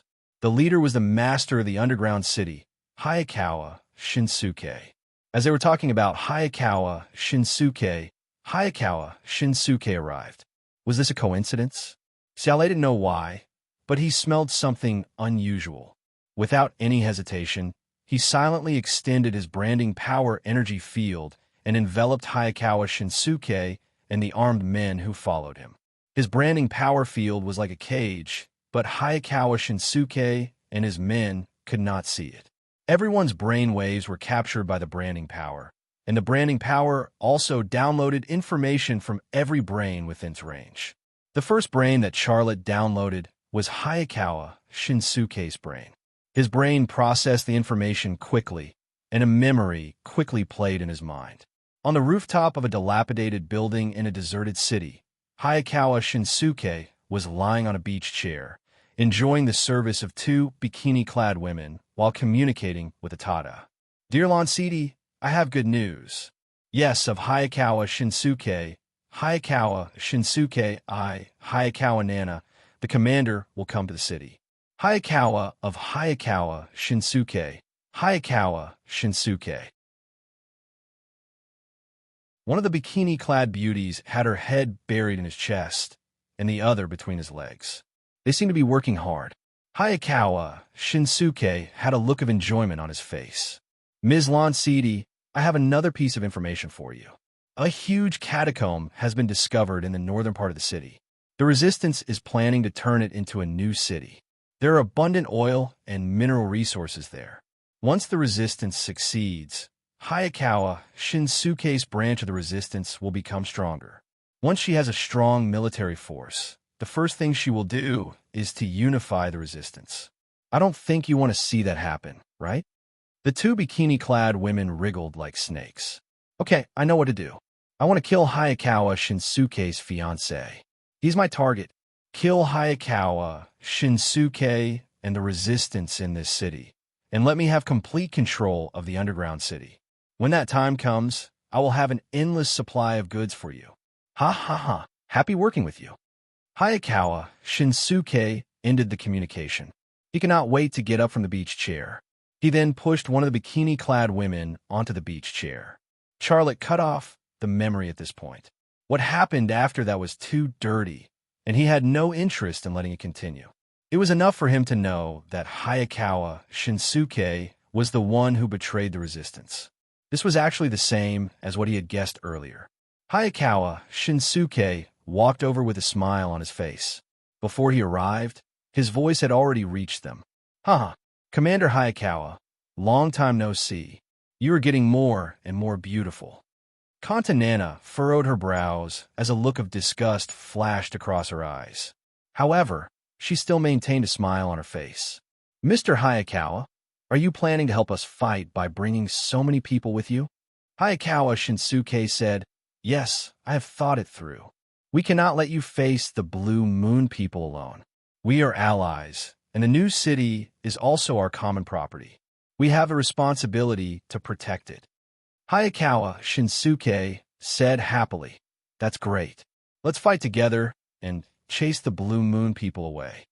Liang Tao said, By the way, where are your combat mechas? Hayakawa Shinsuke smiled and said, I knew that Chief Liang would mention this. Don't worry, I have already sent our combat mechas to the surface through the military tunnel. They will support us. This time, we must teach the Blue Moon people a lesson. Charlotte's lips curled into a cold smile. This guy was a typical person who hid a dagger behind his smile. If he had not stolen the information from Hayakawa Shinsuke's brain, even if he could guess that Hayakawa Shinsuke was the one who betrayed the resistance, he would not have known about Hayakawa Shinsuke's plan. Hayakawa Shinsuke brought his people here not to help the resistance, but to cooperate with the Blue Moon people to eliminate Hayakawa Shinsuke and the resistance in the underworld. He wanted to take control of the underworld. Hayakawa Shinsuke looked at Charlotte, and he maintained the same kind smile on his face. Commander Hayakawa, your fiancé is a handsome man. You two are a good match. Kong Tu Nana had an awkward expression on her face, but she didn't want to expose Liang Tao's lie. She could only bite the bullet and say, Now isn't the time to talk about me and my fiancé. Let's get in the car. Every second we stay here is another drop of blood. All right, get in the car. Hayakawa Shinsuke waved his hand. The armed men of the Black Market Alliance boarded the car. When Hayakawa Shinsuke brought his people over, Charlotte did not count them carefully. Now, he scanned them with his eyes, and his brain gave him an accurate number. There were 113 armed men from the Black Market Alliance who followed Hayakawa Shinsuke into the car. Of course, this was not all of the armed men of the Black Market Alliance in the underworld. Some of them, and the combat mechas, had to go to the surface through the military tunnel. This group of armed men and combat mechas would not engage the Blue Moon people. They would work with the Blue Moon people to kill Hayakawa Shinsuke and the resistance. Charlotte followed Hayakawa Shinsuke and Liang Tao onto the train. The train slowly started to move. It was a train full of conspiracies and death. Hayakawa Shinsuke, do you trust him? On the train, Charlotte asked Hayakawa Shinsuke, who was sitting across from him. Hayakawa Shinsuke glanced at him from the corner of her eyes. She lowered her voice and said, I don't trust him, but we don't have a choice. I have to work with him. The natural catacombs under the northern defense line are rich in mineral resources and oil. They are very important resources, and we must develop them. But we don't have the ability to do that on our own. That's why we have to work with Hayakawa Shinsuke. Charlotte said, I understand your difficulties, and I also understand the Resistance's difficulties. It's understandable that you are working with the Black Market Alliance. After all, survival and development are the most important things. However, I don't think Hayakawa Shinsuke is trustworthy. He has brought so many people to the war. If he colludes with the Blue Moon people to harm you and the Resistance, you and the Resistance will be in grave danger. Hayakawa Shinsuke looked at Charlotte with a strange look. That's impossible, right? I know that the Black Market Alliance is bad, but the Blue Moon people are our common enemy. I don't believe that he will collude with them to harm me and the Resistance. Think about it. If we're destroyed by the Blue Moon people, they will have to face them alone. Can they hold their ground? Charlotte turned his gaze to Liang Tao. Brother Liang, do you believe what I said? Liang Tao nodded. I believe you, but I will listen to her. He pointed at Hayakawa Shinsuke. Charlotte smiled bitterly. Forget it. I can't convince you. I will go talk to Hayakawa Shinsuke. Hayakawa Shinsuke suddenly grabbed Charlotte's hand. Don't provoke him. We need to work with him now. A strange smile appeared on Charlotte's face. Don't worry. I know what I'm doing. Listen to me. Let go of my hand. Let me go talk to him. Hayakawa Shinsuke let go of Charlotte's hand. Charlotte got up and walked over to Hayakawa Shinsuke. Liang Tao looked at Hayakawa Shinsuke curiously. Commander, I didn't know you were so easy to talk to. Don't tell me the two of you have become engaged? Husband and wife? Hayakawa Shinsuke closed her eyes and ignored Liang Tao. Liang Tao didn't say anything after being snubbed. He watched as Charlotte walked over to Hayakawa Shinsuke. His heart was filled with curiosity. Hayakawa Shinsuke made it very clear last time. Why did he still provoke him?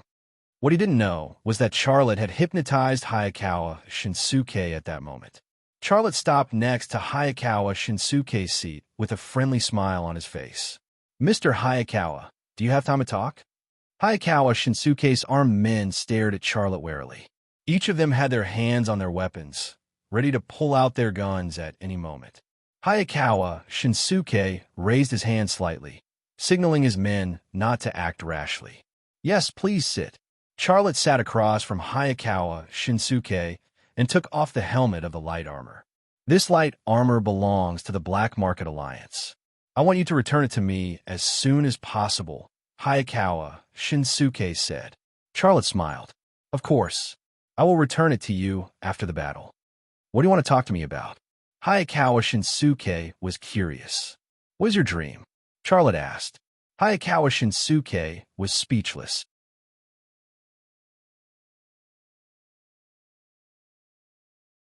Chapter 1385. What is your dream? Such words were usually spoken between teachers and students, parents and children, and the people who said these words were usually teachers and parents. However, Xiaolei said such words to an old man in his early 60s.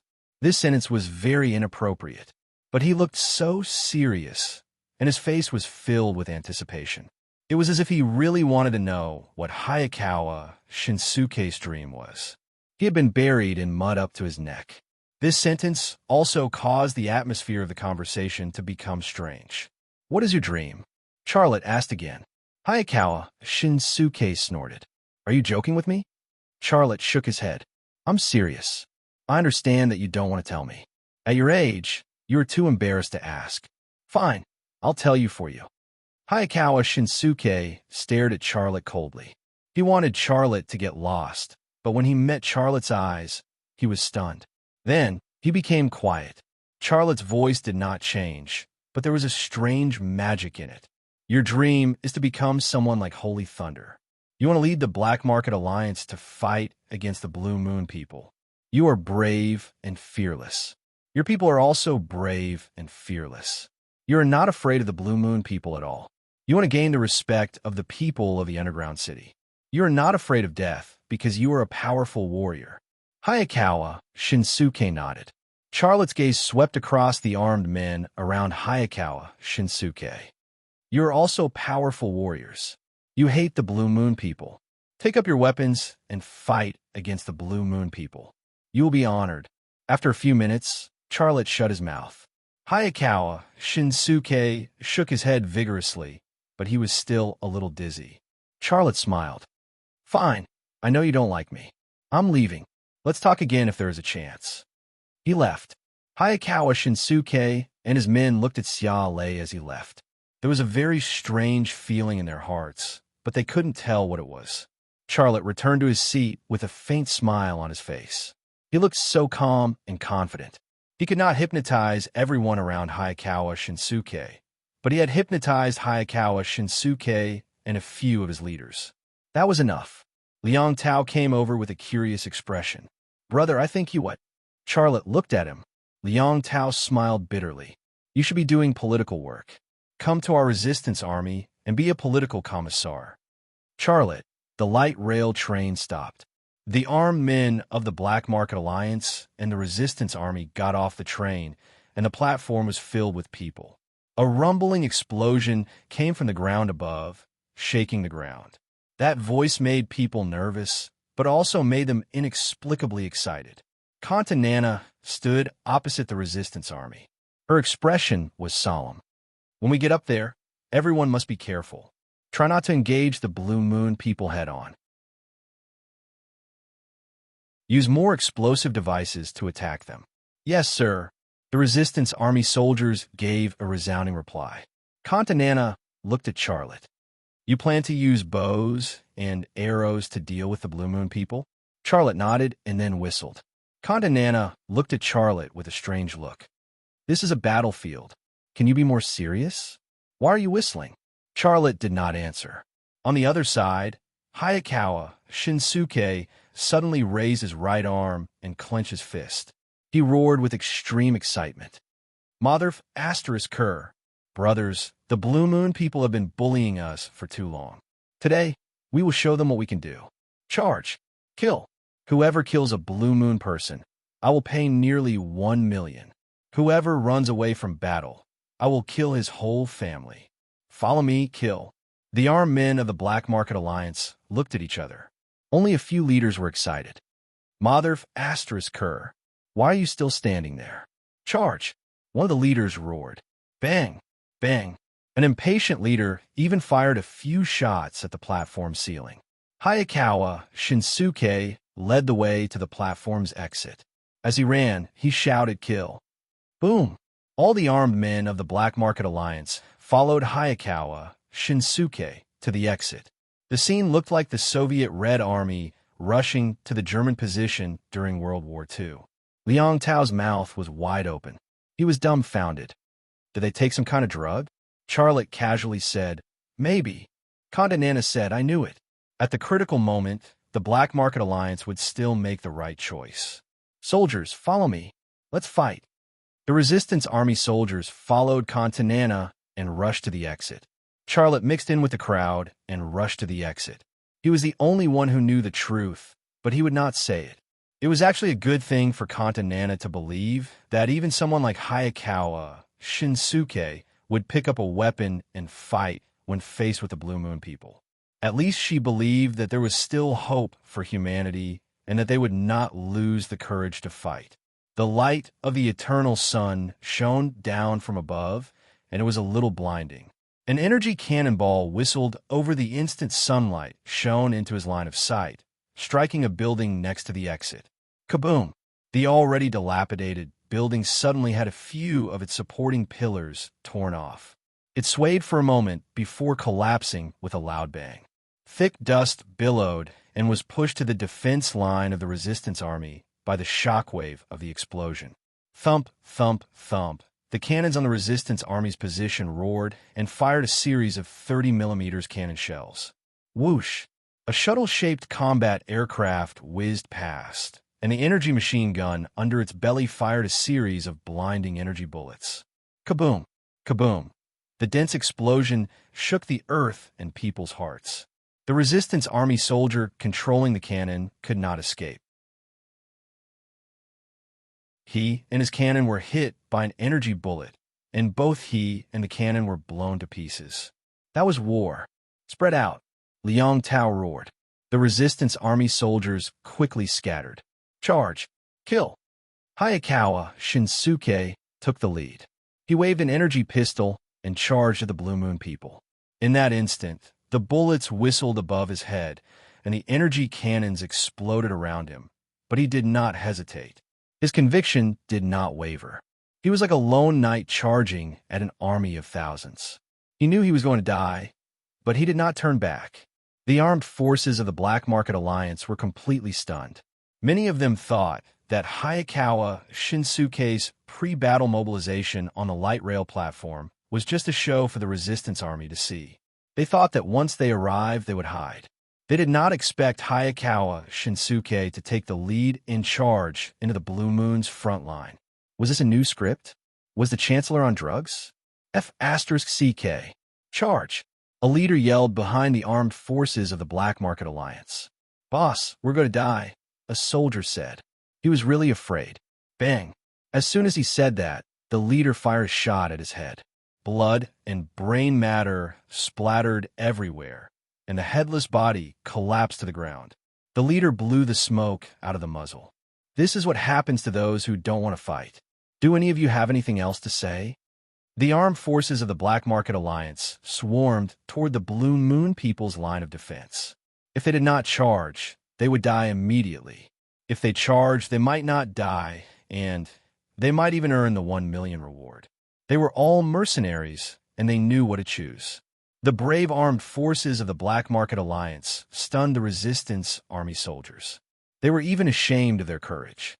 Wait, that Hayakawa guy seems to have gone crazy, Kantu Nana mumbled to herself. Kantu Nana muttered to herself. She suddenly remembered Xia Lei's conversation with her on the light rail train. She subconsciously turned to look at Xia Lei, but he was no longer there. Charlotte was already on a deserted street. He would not fight a meaningless battle with the resistance army soldiers. The Blue Moon people's firepower was 10 times, or even dozens of times, that of the resistance army. Their targets were, of course, densely packed. With so many people crammed into one area, the enemy only needed to pour their ammunition to end the battle. He would fight, but he would only fight in his own way. The street was silent and empty. The shockwave of the explosion swept up the trash on the ground and sent it flying. Xia Lei's speed was very fast. He moved from one abandoned building to another, like a black specter on a battlefield. Boom, boom, boom. The deafening sound of a machine gun came from the side. Xia Lei stopped in his tracks and looked through a windowless window. A silver combat mech entered his field of vision. It was at least 5 meters tall, with 2 arms and 2 legs. It moved upright, and both its arms and shoulders were equipped with energy weapons. The energy machine gun in its hands was firing at the Resistance Army's line of defense. It was even bigger than the Resistance Army's cannons, and it weighed at least a few hundred kilograms. Boom, boom, boom. The frequency of the energy machine gun's firing was not particularly fast, but its power was shocking. This was not difficult to see from its recoil, because even a 5-meter-tall giant mech was shaking nonstop when it fired. Moreover, that mech's weight was at least over 10 tons. It gave people the feeling that a tank was firing continuously. This was the first time Charlotte saw a Blue Moon person's mecha. It looked similar to the lascivious cat and the Black Market Alliance's humanoid mecha. However, the former was obviously the original, while the latter was just an imitation based on the human's own characteristics and resources. The performance and power of the two were not on the same level. Charlotte's gaze moved to the chest area of the humanoid mecha. Just like the human mecha, it was also equipped with bulletproof glass. Through the cockpit, he saw a male Blue Moon person. He also had very big eyes, and his mouth and nose were very small. He gave people the feeling that he was a two-dimensional character. Charlotte took a deep breath and then placed a metal arrow on the metal bow's bowstring. The moment the metal arrow was placed on the bowstring, Charlotte's arms suddenly stretched out, and the metal bow was pulled to the fullest. An arrow flew out at that moment.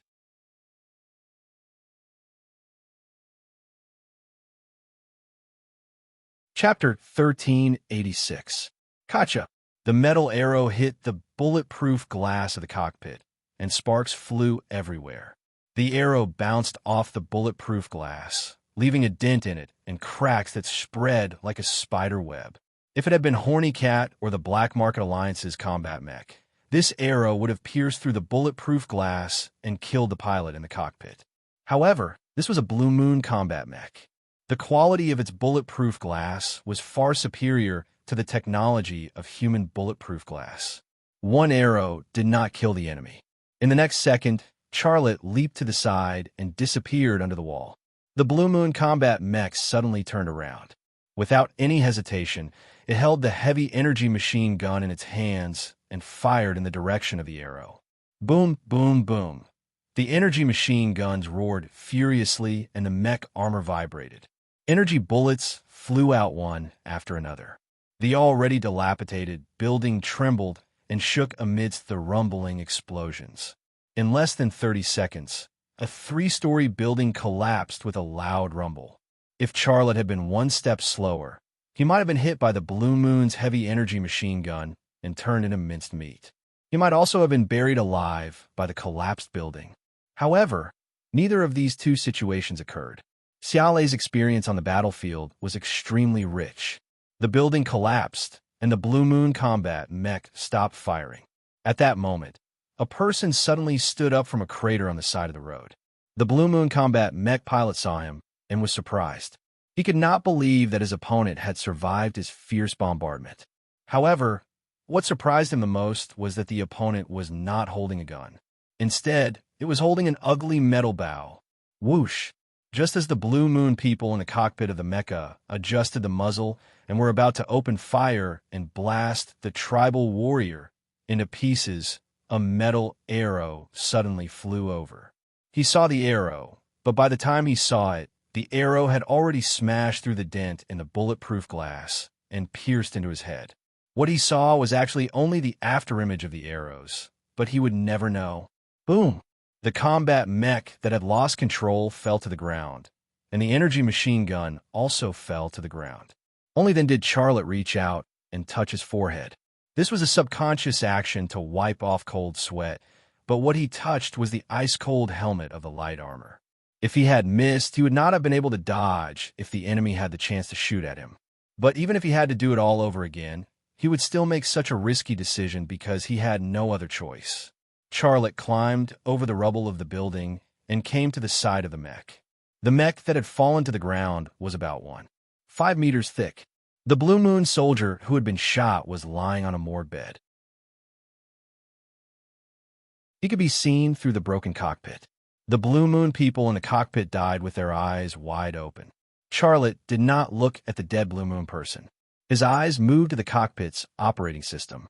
What surprised him was that the cockpit of such an advanced combat mecha actually did not have many instruments and equipment. There was only a simple-looking control panel, and there were no auxiliary devices connected to the body. This surprised Charlotte. He had killed 8 lascivious cat combat mechs before, and those combat mechs all had auxiliary devices connected to the body to collect information about the body's movements. Those auxiliary devices filled up the cockpit, and it was very inconvenient to operate. The Blue Moon people's combat mech was much simpler in comparison, but that did not mean it was simple. This was the embodiment of higher technology. Is this the fearless heavy combat mech that Kong 2 Nana mentioned?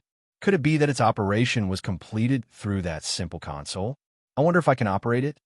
A soft sound suddenly came from the side. Almost at the instant he heard the sound, Charlotte leaped to the back of the fearless heavy combat mech. The metal bow in his hand was drawn again, and a metal arrow was aimed in the direction of the sound. It's me. It was Kong 2 Nana's voice. She stood up from the rubble of the collapsed building. Charlotte put down the metal bow. He was actually shocked by Kong 2 Nana. He said in a low voice, "What are you doing here? Go back." Kong 2 Nana walked over to Charlotte. "I'm not your soldier. I'll go wherever you tell me to go." Although her words were rude, the way she looked at Charlotte was completely different from before. Her eyes were filled with awe. He had really used a bow and arrow to kill a Blue Moon person's fearless heavy combat mech. It should be known that if the Resistance Army were to achieve the same result, they would probably have to sacrifice tens or even hundreds of people to achieve it. Furthermore, it was only a possibility, not a certainty. But this man before her had done it. He did not even use any explosive devices. He had only used the most primitive bow and arrow weapons. She had wanted to see Charlotte's true strength for herself. Now that she had seen it, she could not help but feel shocked. Charlotte was no longer in the mood to read her thoughts. He said, "You'd better leave quickly." This fearless heavy combat mech was their ground support point. Now that it has been destroyed, the Blue Moon people will come to check on the situation very soon. It's very dangerous for you to stay here. Kong Tu Nana said, "If you're not afraid, do you think I'll be afraid?" Charlotte smiled bitterly. "You're really stubborn.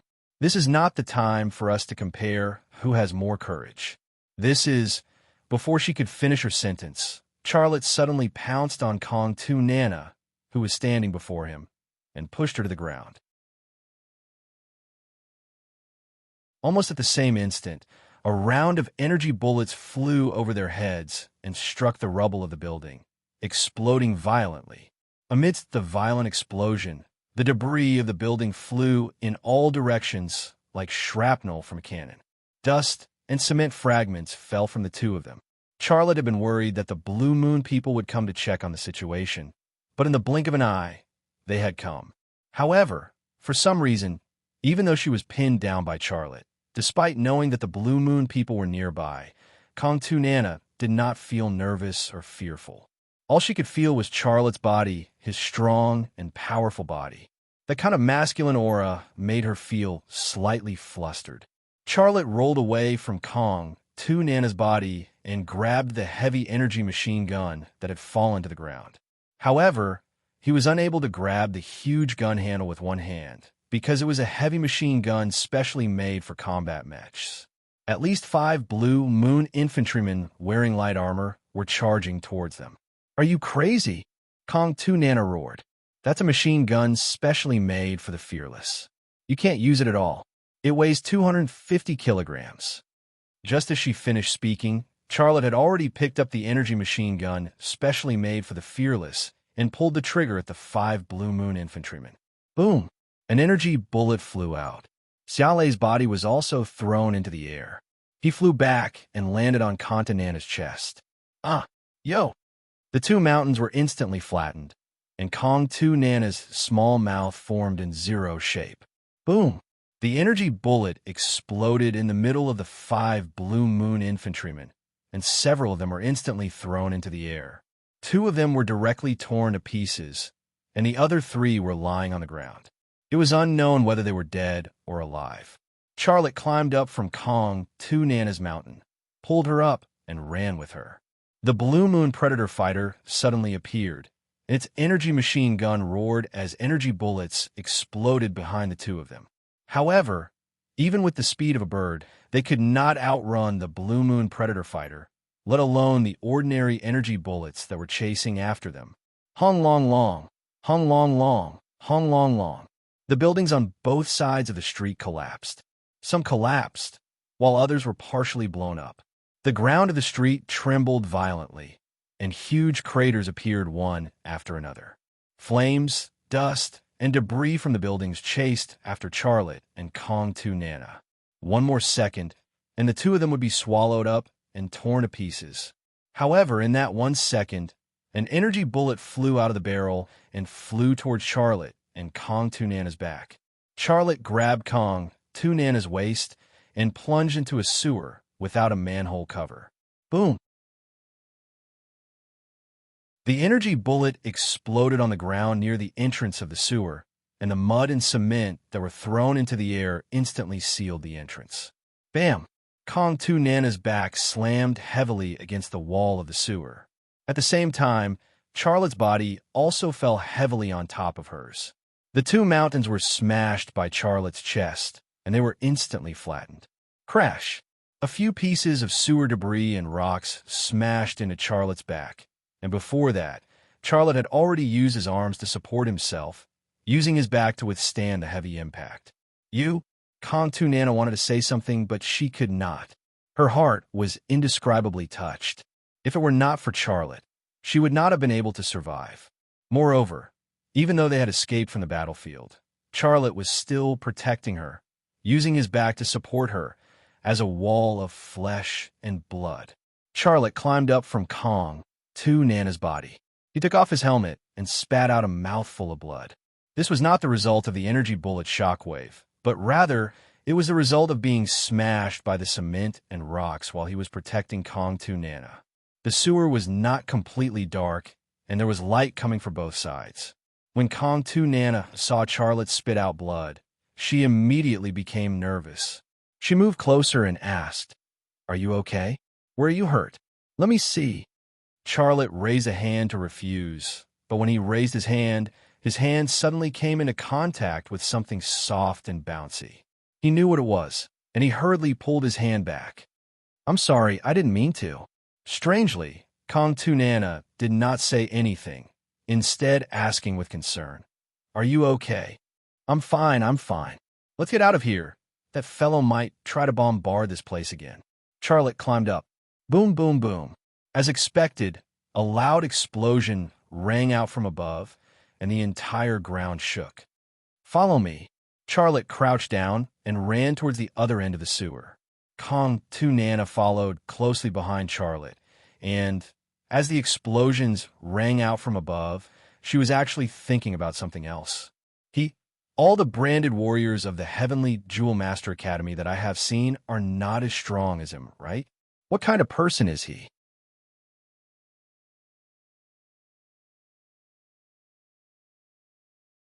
Chapter 1387. A team of 10 infantrymen, a fearless heavy combat mech, and a predator had lost more than half of their forces in 2 minutes. The remaining 5 infantrymen no longer had the courage to continue fighting. They quickly retreated under the cover of the predator. The 3 bodies that were still relatively intact were also taken away by them. It was supposed to be a one-sided battle. The defense line formed by the resistance army was losing ground, and they could be wiped out at any time. However, with the sudden appearance of the Black Market Alliance and the insanely strong Charlotte, the scales of victory tilted in their favor. It came so quickly and so suddenly that even after the battle was over, the resistance army soldiers were still in a daze. They could not believe that it was real. Charlotte slung the metal bow over his shoulder, picked up an assault rifle, and walked toward the battlefield. "Where are you going?" Kong Tu Nana caught up to Charlotte. Charlotte, who was not wearing a helmet, smiled at Kong Tu Nana. "I'm going to find our hero." "Our hero?" Kong Tu Nana was taken aback at first, but then she said with certainty, "You are our hero." No, I'm not a hero. Hayakawa Shinsuke is the hero of this battle." After a pause, he added, "I saw him charge forward without any regard for his own life. I wonder if he's dead yet?" Kong Tu Nana was speechless. The battlefield was littered with the bodies of the Black Market Alliance's armed men and 2 combat mechs that had been blown to pieces. Hayakawa Shinsuke led the Black Market Alliance's armed men to charge at the Blue Moon People's defense line. With the Blue Moon People's firepower, it would be a miracle if they could survive. However, this scene probably happened while Charlotte was sniping the fearless heavy combat mech and dodging the Predator's aerial attack, so he did not see it at all. Charlotte weaved through the battlefield in search of Hayakawa Shinsuke. Kong Tu Nana followed behind Charlotte like a shadow. "Mr. Xia, who are you?" Charlotte said as he walked. "You should have heard from Ramona or Lee and I. My situation is very special. I don't know who I am. I only remember a name about my past, but I don't even know if this name is real. It might be an alias, a fake name. I don't believe it." Kong Tu Nana frowned. Charlotte shrugged. "Then I can't do anything about it. I don't even know myself. How can I tell you? But is it important to you?" Kong Tu Nana wanted to say something, but stopped. Charlotte said, "Go back and bring the fearless heavy mech and the energy machine gun to the dungeon. Keep the energy machine gun for me. It's my loot." A machine gun that weighed a few hundred kilograms. Charlotte naturally didn't want to bring it along with him into the Forest of Rest. He just wanted to study it. He was a mechanic, and he was also a firearms magnate on Earth. Any advanced weapon had a strong attraction to him. "I can give it to you, but you have to tell me who you are," Kong Tu Nana said. Charlotte suddenly stopped and moved his face closer to Kong Tu Nana. His eyes were piercing, full of aggression and provocation. "What do you want?" Kong Tu Nana took a step back. A second ago, Charlotte was a hero, but in the blink of an eye, he had become a pervert. The problem was that he switched between the two roles so naturally, without any signs of pretense. It gave her the impression that he was a hero, but at the same time, a pervert. Charlotte chuckled. I'm starting to suspect that I'm really your fiancé. Since you want to know about my past, is it because I'm really your fiancé? You want to awaken our memories? If you want, I think we can do it another way. Why don't? Although he didn't say why not, it was a very obvious hint. Kong Tu Nana blushed and then said angrily, "What nonsense are you talking about? Please have some dignity. I'm not the kind of woman you can tease just because you want to." Charlotte said, "I know you're the commander-in-chief of the resistance, so you should return to your people and not follow behind me." You. Kong Tu Nana was instantly enraged. With her status and beauty, the number of people pursuing her was already in the triple digits. Each of those men was more outstanding than the other, and their looks were naturally 1 in 1,000. Those men would always think of ways to please her, but this guy in front of her didn't care about her at all.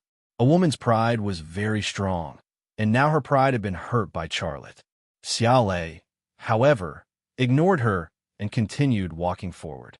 Kong Tu Nana looked at Charlotte's back. She wanted to chase after him, but after hesitating for a moment, she turned around and left. She was a proud woman, and she would not stick to any man like a plaster, even if it was the best man in the world. Although Charlotte didn't look back, he heard Kong Tu Nana's footsteps as she left. He only breathed a sigh of relief when he was sure that Kong Tu Nana would not chase after him. You want to know me, and then let me join the resistance? I'm not the kind of little boy who will be charmed by you, just because you're good-looking and sexy. The resistance is very important to this world, but it's not my stage. I won't join the resistance. As he continued walking, Charlotte finally found the person he was looking for, Hayakawa Shinsuke. The guy was lying on the ground, and his body was covered in blood. When he first saw him, Charlotte thought that he was dead, but upon closer inspection, he found that the blood on Hayakawa Shinsuke's body belonged to one of the armed men next to him. The armed man had been blasted in half, and the pieces of his body and his blood stained Hayakawa Shinsuke's body. Hayakawa Shinsuke was not dead, but he was knocked out. Hayakawa Shinsuke's luck was unbelievably good, but that was where his luck ended. Charlotte grabbed Hayakawa Shinsuke's leg and dragged him toward the crater. Bang! Hayakawa Shinsuke was tossed into the crater that was about 2 meters deep like a piece of pork. The intense tremor and pain woke him up, and then he saw a man standing beside him and a familiar face. He hated that face. Charlotte squatted down and patted Hayakawa Shinsuke's shoulder with a warm smile on his face. "Mr. Hayakawa, you're awake?" Hayakawa Shinsuke used his hands to push himself up, but just as he was about to get up, Xia Lei pressed him down again. He reached out to grab the gun, but there was nothing there. Charlotte handed an energy pistol to Hayakawa Shinsuke and waved it. "Are you looking for a gun? Is this yours?" "It's mine, thank you." Hayakawa Shinsuke reached for the gun. Charlotte suddenly pulled his hand back. "I can't give it to you. If I give it to you, you'll shoot me, right? You're thinking of taking the gun and blowing my head off, aren't you? What are you talking about?" Hayakawa Shinsuke's face darkened. "What do you want? Have you forgotten? In front of Song Ji's stone tower, I told you to remember my face, so that the next time you see me, you'll know who you're facing," Charlotte said. His tone was calm, but there was a bone-chilling coldness in his voice. Hayakawa Shinsuke suddenly realized something, and he tensed up. But he was a man who had been through a lot, and he quickly calmed down. "What do you want?" "You're a smart man. I'm sure you know what I want," Charlotte said with a smile. "How dare you?" Hayakawa Shinsuke was so angry that he laughed. "I'm a master of the underground city appointed by the Black Market Alliance. If you dare kill me, the entire Black Market Alliance will hunt you down. Didn't you say that you'll remember my face, and then my face will appear everywhere on this planet? You've already threatened me once, and now you want to threaten me again? Calm down. I haven't done that yet," Hayakawa Shinsuke said. Hayakawa explained, "What happened in the underground city is a scandal to me. I don't want to get out. I just want to kill me personally? Yes, but I've changed my mind. I'm willing to be your friend. Hayakawa Shinsuke extended a hand to Charlotte, his face full of sincerity. If we work together, we'll definitely make a fortune. Charlotte brushed Hayakawa Shinsuke's hand away and laughed. You've already succeeded. You've already done something big. Don't be too greedy, or else what will those young people think? Hayakawa Shinsuke was stunned. I've succeeded? What do you mean? Charlotte said, you led the Black Market Alliance to fight against the Blue Moon people, and you sacrifice yourselves for the future of humanity. You've become a glorious martyr. Isn't that a success? You motherf asterisk cur, slap. Before Hayakawa Shinsuke could finish cursing, Charlotte raised his hand and slapped Hayakawa Shinsuke's face. Hayakawa Shinsuke tilted his head, and half of his face swelled up. You can't kill me. I'm the master of the underground city. I'm an important member of the Black Market Alliance. Hayakawa Shinsuke roared. Charlotte slowly picked up a piece of metal from beside his feet. It was a fragment of the Black Market Alliance's humanoid mech. It was sharp, and it looked like an ugly military knife. You have to think this through. If you kill me, the Black Market Alliance will not let you go. Hayakawa Shinsuke was terrified. Charlotte said calmly, you led the Black Market Alliance to fight bravely, but unfortunately, you were hit by a fragment of a destroyed mech. You bled to death. You are a martyr, and you have brought glory to the Black Market Alliance. You squelch. The metal fragment pierced Hayakawa Shinsuke's neck, and a sharp fragment cut open his carotid artery. Blood spurted out. Hayakawa Shinsuke clutched the wound in fear, but the blood still seeped through the gaps between his fingers. He wanted to grab hold of Charlotte, but his body had lost its strength. His brain started to feel dizzy from the loss of blood. He tried to keep his eyes open, and he saw Charlotte slowly crawl up the crater. Then, his eyes fell into darkness. Charlotte turned around to look at Hayakawa Shinsuke, and then he kicked a rock. The rock hit Hayakawa Shinsuke in the face. Goodbye, Hayakawa Shinsuke. Your funeral will be grand, Charlotte said, and then he walked toward the resistance camp. The resistance soldiers were cheering.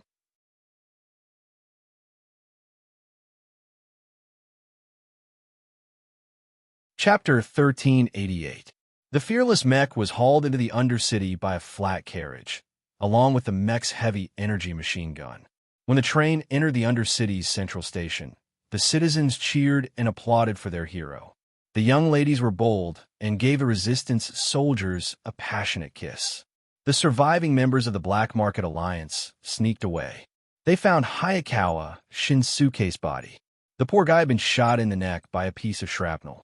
He had bled to death. Hayakawa Shinsuke was dead, and most of the Black Market Alliance's men in the Undercity were dead. Even the mech was destroyed by the Blue Moon people. How were they going to control the city? If they did not leave now, they would die at the hands of the resistance army that was about to take over the city. Give Hayakawa Shinsuke a grand funeral. After all, he died for the Undercity. Anyone who fought against the Blue Moon people deserves our respect, Kanta Nana said as she stood beside Hayakawa Shinsuke's body. Liang Tao looked at Hayakawa Shinsuke's body and smiled. Seeing him like this, I can't help but think of the time when he charged into the Blue Moon Army's front line. I don't understand. Why did he suddenly become so brave and strong? It's like he has become a different person. You have to ask him. Kanta Nana's gaze moved to a man. The man was carrying a little girl in front of the welcoming crowd. There were 8 girls standing on a little girl. They were not very old, only 17 or 18 years old. Their bodies were not mature, but they were very good-looking. After all, the girls that were selected by Songji to be auctioned in the exhibition hall had to be pretty. The ugly ones would have been raped by Songji and his men. Are those girls students? They seem to know Charlotte. Kanta Nana asked Liang Tao. Liang Tao's mouth curled into an intriguing smile. Those are the girls he saved from Songji. They are all girls from the same village. That village was destroyed by Songji, and their relatives were all killed by Songji. They were homeless, so Charlotte took them in. Contanana smirked. Then they probably jumped from one pit of fire to another. I bet that if those 8 girls had turned into boys, Charlotte wouldn't have taken them in. He's a pervert. Liang Tao shrugged and didn't say anything, but he secretly said in his heart, 8 boys? If it were me, I wouldn't take him in. There is no love without reason in this world. Ramona moved closer to Contanana and said in a low voice, Commander, Mr. Xia is a one what? Contanana looked at Ramona curiously. Ramona hesitated for a moment, but in the end, she still moved her head closer to Contanana's ear and whispered, He's actually a pervert. Those 8 girls are feeding him. Huh? Contanana was stunned, as though she was struck by lightning. At that moment, Charlotte put down his goddaughter, Gu Kursin, and turned to walk over. Commander Kantu, get your people to move the fearless mech to a safe place. As for that energy machine gun, I want to study it. Pervert. Contanana's voice was very soft, and her eyes were not friendly at all. Charlotte was stunned. HM. Contanana changed her tone and said, I will get someone to send that fearless mech to the armory. You can study it, but you can't take it away. That energy machine gun is also a very important spoil of war. It will be very useful to us. Charlotte said, All right, I just want to study the fearless mech and its weapon system. After that, you can do whatever you want with it. Contanana quickly made the arrangements. Someone used the light rail station's tower crane to load the fearless mech onto a flatbed truck. Then, the truck carried the fearless mech to the armory. When Charlotte was preparing to go to the armory, Mu Kaiyun walked over with Gu Kursin in hand. There were also 7 other girls from the Mu family village, and they immediately surrounded Charlotte. Charlotte smiled bitterly and said, Didn't I tell you to go back? Why are you here again? Gu Kursin said in a childish voice, Daddy, Annie Mu said she prepared something delicious for you. She wants you to go back and eat it. Delicious food? Charlotte suddenly thought of something. As expected, Mu Kaiyun came over. Master, didn't you say before you went to the battlefield that I would squeeze a bowl of milk for you to eat when you came back? That bowl of milk was still warm when you came back in triumph. Charlotte was speechless. Mu Xiang came over. Master, why don't I go home and bring it for you? No. Charlotte hurriedly said, Let's go home. Let's go home. Drinking milk in front of so many resistance army soldiers and so many citizens of the desolate city, and it was even being squeezed by a few young girls. His title of pervert would probably sweep through the entire desolate city like a whirlwind, and then spread to the entire planet with the desolate city as the center, right? He could not prevent others from knowing his secret of drinking milk because he had to drink milk. But to him, the fewer people who knew this secret, the better. The girls from the Mu family village crowded around Charlotte, chatting and laughing as they walked in the direction of Ping'an residence. It was a warm and intimate scene. See, he must have gone back to drink milk, Ramona said in Contanana's ear. Pervert, Contanana said. Her gaze was complicated, and her heart was filled with terrible feelings. Liang Tao could not stand it anymore. He muttered to himself, This pervert helped us win this very crucial war. Fortunately, he is on our side. I also remember that it was this pervert who helped us rescue the biological scientist Han Yifei from the Heavenly Jewel Academy, as well as the precious scientific research materials and experimental records left by Professor Peng Bei. Contanana blushed. I'm not talking about him. Why are you muttering to yourself? Liang Tao looked at Ramona with a serious expression. Go back and write me a self-reflection report. Yes. Ramona stood at attention, and her dark face blushed with embarrassment. Women, no matter what status they had, seemed to have the habit of gossiping. A quarter of an hour later, Charlotte arrived at the Resistance Army's armory. The girl from the Mu family village had squeezed a bowl of hot milk for him to replenish the energy he had consumed on the battlefield. Now, he was 100 times more energetic and vigorous. To him, days with milk were the most comfortable days. Lange originally wanted to follow Charlotte to the armory, but Charlotte rejected her. She was not familiar with the people of the Resistance Army, and, with her identity, she was actually very sensitive to everyone here. He told her to continue staying in Peace Residence and not to go out easily. The armory of the Resistance Army was a natural cave on a rock wall. It was very wide, at least 1,000 square meters in area. The warehouse was piled with a pitiful amount of old weapons, vehicles, clothes, and some miscellaneous supplies. The first thing Charlotte felt when he entered the armory was that it was shabby. The Resistance Army, led by Contanana and Liang Tao, seemed to have the word poor deeply ingrained in their bones. The fearless combat mech seized from the battlefield was placed in the armory, and it instantly became the most luxurious existence. When Charlotte arrived, a few engineers of the Resistance Army were surrounding the fearless combat mech. Some were inspecting it, some were testing it with instruments, and some were arguing about something. Contanana and Liang Tao were also at the side, and the two were also discussing topics related to the fearless combat mech in a low voice. Charlotte walked over. "Brother, you're here." When Liang Tao saw Charlotte, he came over to greet him. Charlotte said, "Brother Liang, why hasn't anyone tried this fearless combat mech? I used a bow and arrow to kill the Blue Moon warrior who was controlling it. I didn't destroy its power system or operating system at all." Liang Tao looked at Charlotte with a strange expression.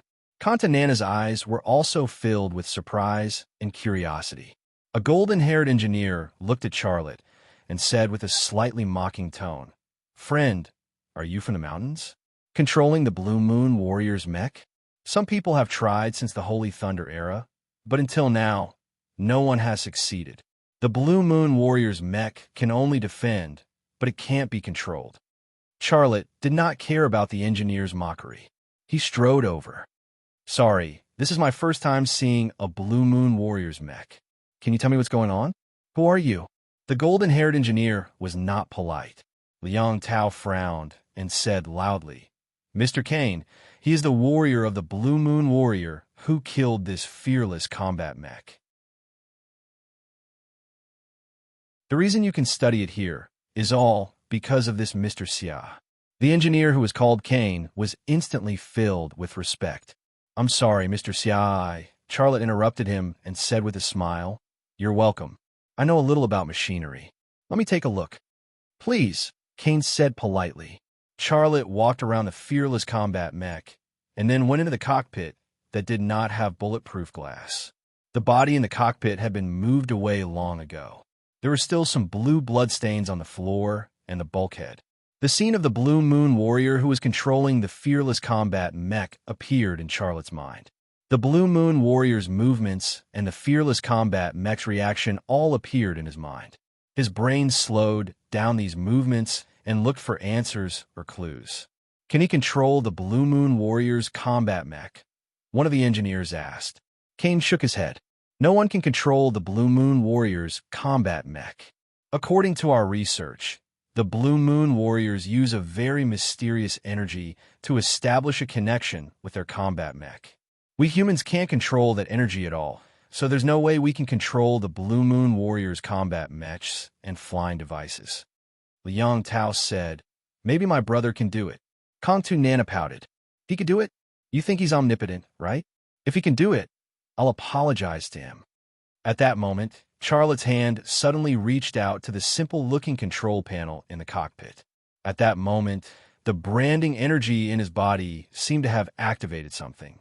After that, a voice suddenly appeared in his mind. It was using the Blue Moon warrior's language that Isitabu had used before. After translation, it said, "Fearless 089 is on standby. Please show me the operation permission code and password." This voice did not exist in the real world. This voice was transmitted through the branding energy, and this fearless combat mech was also connected through the branding energy. Charlotte suddenly understood. No wonder the Blue Moon warrior's combat mech looked so simple. It could connect the pilot and the mech through the branding energy. The branding energy acted as a nerve, so there was no need for those complicated mechanical devices to connect the operator. However, the human combat mech had to use those mechanical devices, so it looked very bloated, and its performance could not compare to the Blue Moon warrior's combat mech. Charlotte's hand left the control panel. He had actually activated the fearless combat mech, but in the eyes of others, he had not activated it. He did not have the access permission, nor did he have the password, so this was all he could do. Charlotte left the cockpit. Contanana smiled. How is it? He's not omnipotent, is he? Liang Tao asked Charlotte. Brother, what's going on? Charlotte shrugged. There's nothing I can do. I can't operate it.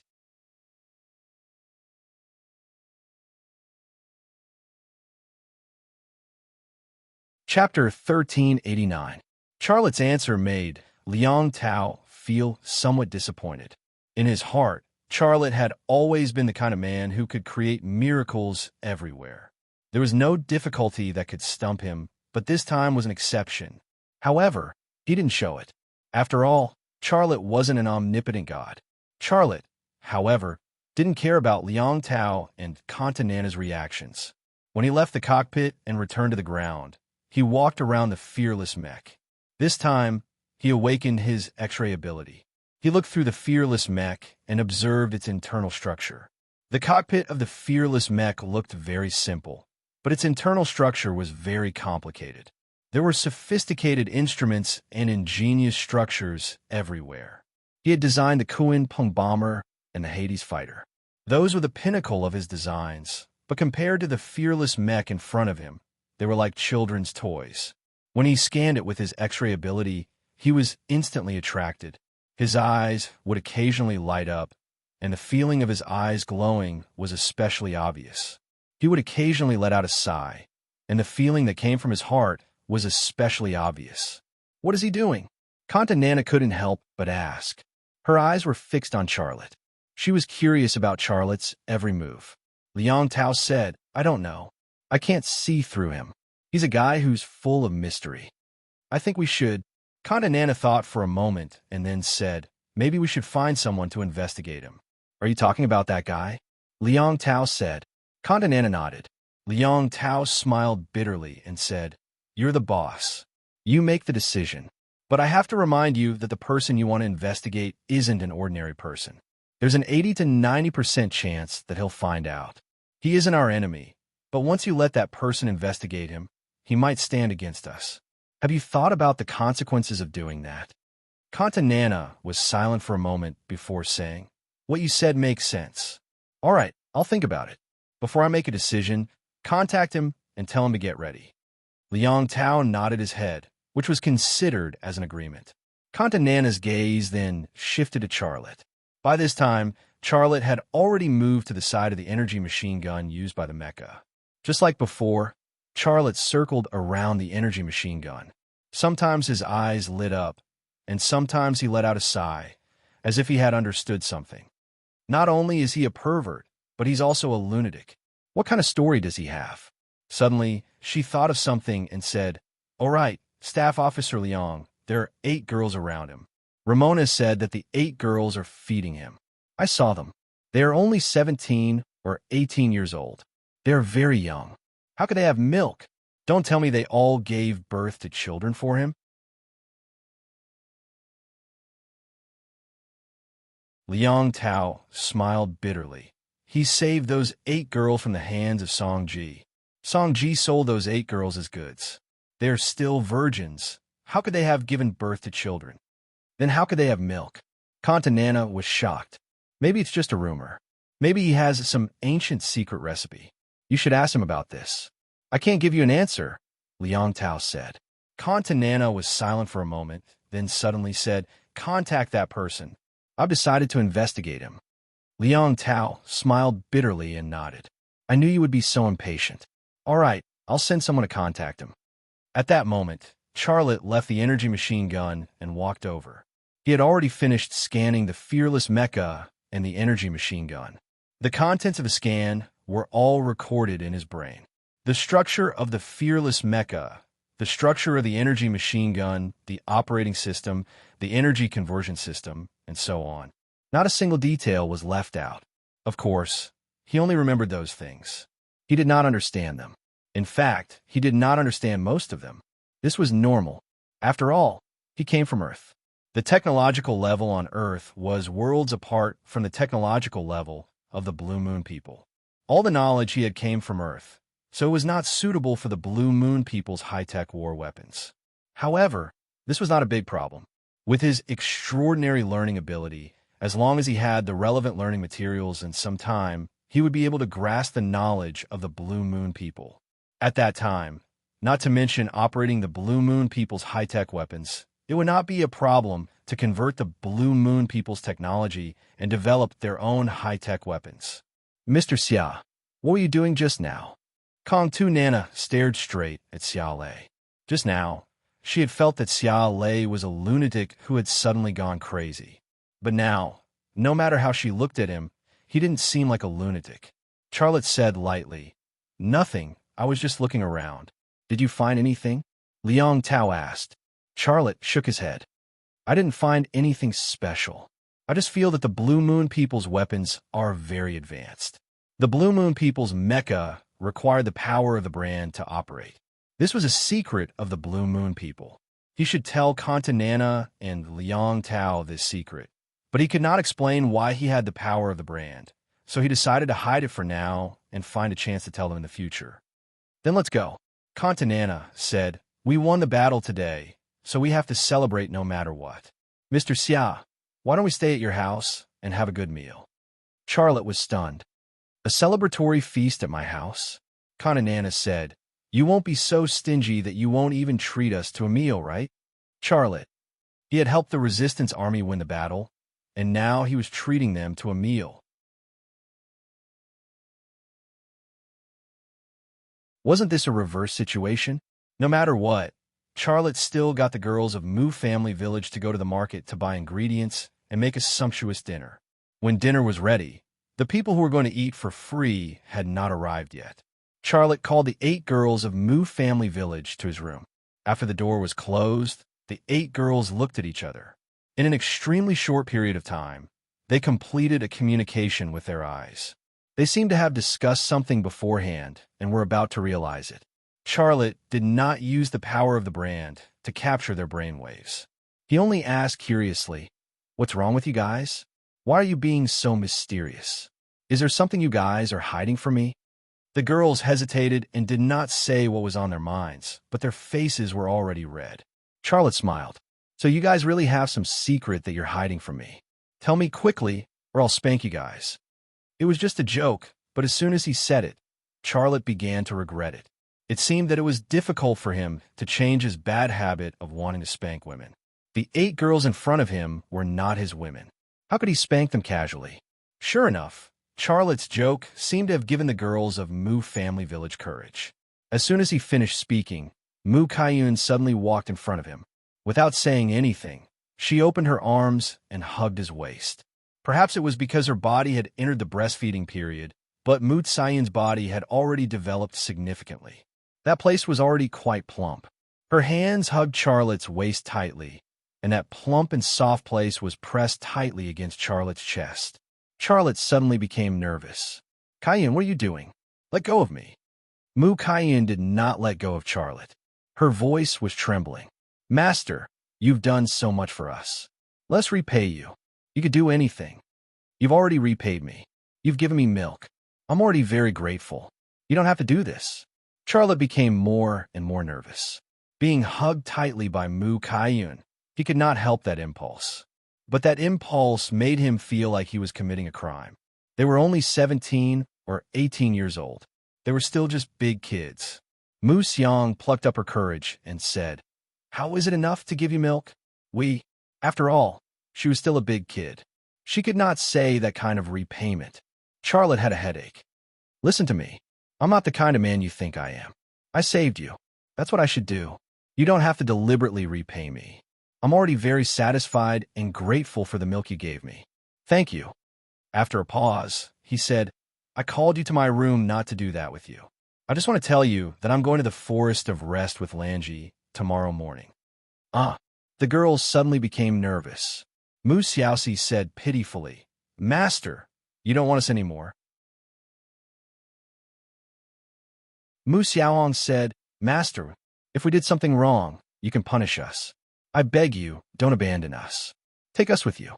Master, take us with you. We won't become your burden." Mu said. The girls were all talking at once, but there was only one thing they wanted to say, which was that they wanted to follow Xia Lei to the Forest of Rest.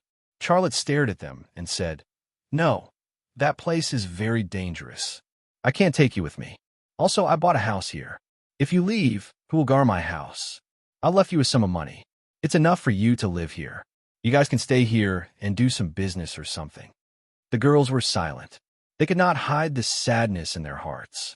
Charlotte gently pushed Mu Kaiyun away. "During the time I'm gone, I'll let your body recover from the breastfeeding period. You will stop producing milk. You don't even want our milk?" Mu Kaiyun's voice sounded like she was about to cry. Charlotte smiled. "How could I not want it? I just don't want to waste it. When I come back, I'll ask you to milk me again, okay?" The girls heaved a sigh of relief. They knew how infatuated Xia Lei was with their milk. If he said he would come back to drink their milk, they would believe him. Then drink it again. Mumu suddenly lifted her clothes.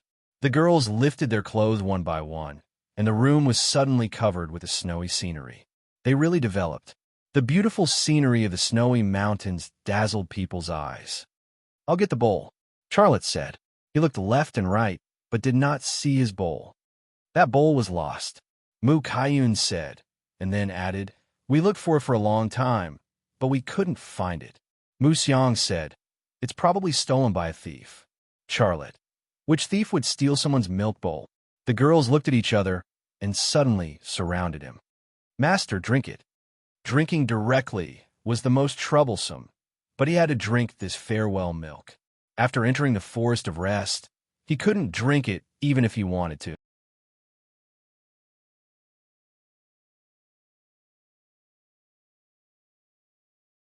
Chapter 1390.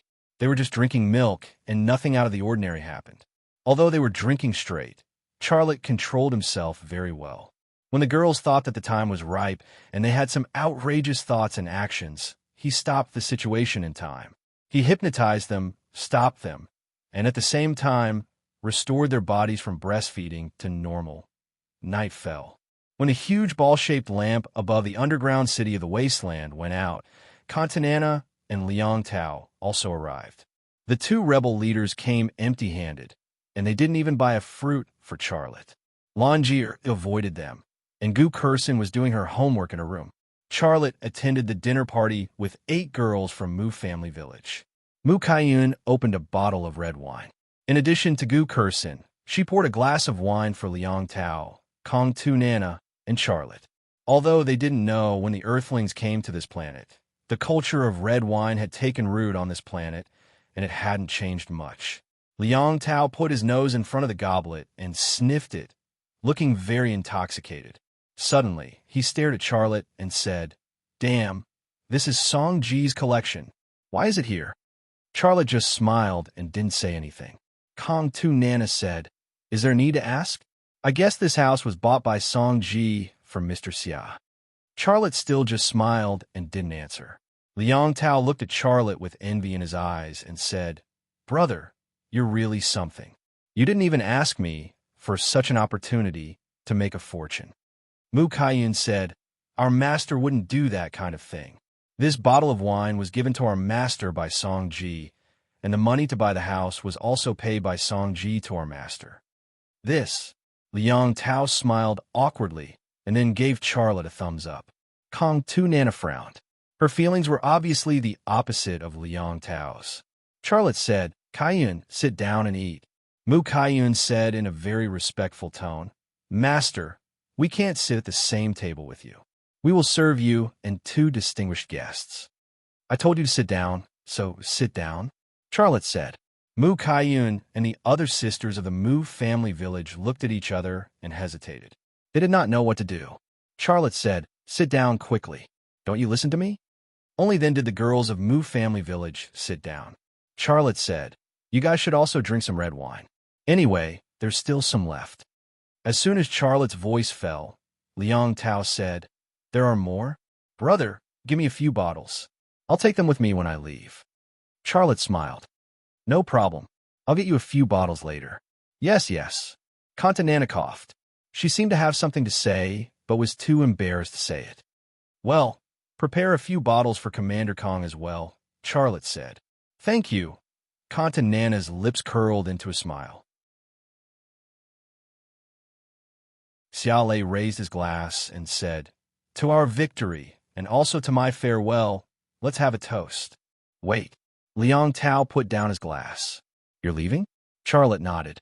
"I'm leaving tomorrow morning. I'm going to the dark forest." Contanana said, "Mr. Xia, please reconsider. The dark forest is a very dangerous place. No one has ever been able to come out alive after entering it. You're really powerful, but I don't think you can come out alive. Stay and fight with us against the Blue Moon people. The resistance army needs you, and so do the millions of people who are suffering." Charlotte said, "No one can change my decision. I'll leave tomorrow morning."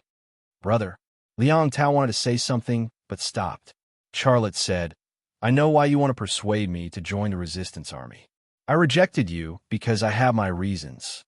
Condanana could not help but say, "What reasons? Tell me." Charlotte shook his head. "Sorry, I don't know. I'm also looking for the reasons." Condanana was speechless. Charlotte smiled and said, "Isn't this good? When you need me, I'll appear and fight with you. It's no different from me joining the resistance army." Liang Tao smiled bitterly. "Brother, you're really a stubborn guy. All right, I know I can't convince you, but you must take care and come back soon." Contanana kicked Liang Tao under the table, but Liang Tao pretended not to feel it. Charlotte raised his glass again. "Cheers. Treat it as a farewell for me." The dinner went on and ended in a sad atmosphere. No one was willing to let Charlotte leave, including Contanana, who was always against Charlotte. After dinner, Charlotte took Liang Tao to the wine cellar to get some wine. Contanana was going to go with them, but she changed her mind at the last minute and waited in the restaurant. As soon as Xiaolei left, she pulled Mu Xiao, who was the youngest, to the corridor outside the restaurant. "Commander Kantu, what can I do for you?" Mu Xiao asked politely. Contanana suddenly stretched out her hand and blocked Mu Xiao against the wall. Her big and firm breasts immediately collided with Mu Xiao's small breasts. Mu Xiao suddenly became nervous. "Commander Kantu, what were you trying to do?" Contanana suddenly reached her hand into Mu Xiao's clothes, grabbed one of her snow-white breasts, and pinched it twice. Mu Xiao wanted to push Contanana away, but she did not dare to reach out because she was afraid. She closed her eyes and bit her lip, enduring the humiliation. 2 tears rolled down from the corners of her eyes. Contanana pulled her hand out of Mu Xiao's clothes and looked at her fingers. Her fingers were dry, without any white milk. She was stunned for a moment, then said to herself, "Could it really be a rumor? Did I misunderstand him?" While Contanana was in a daze, Mu Xiao crawled out from under Contanana's armpit, crying as she ran. "You're all bad people. Only Master is good."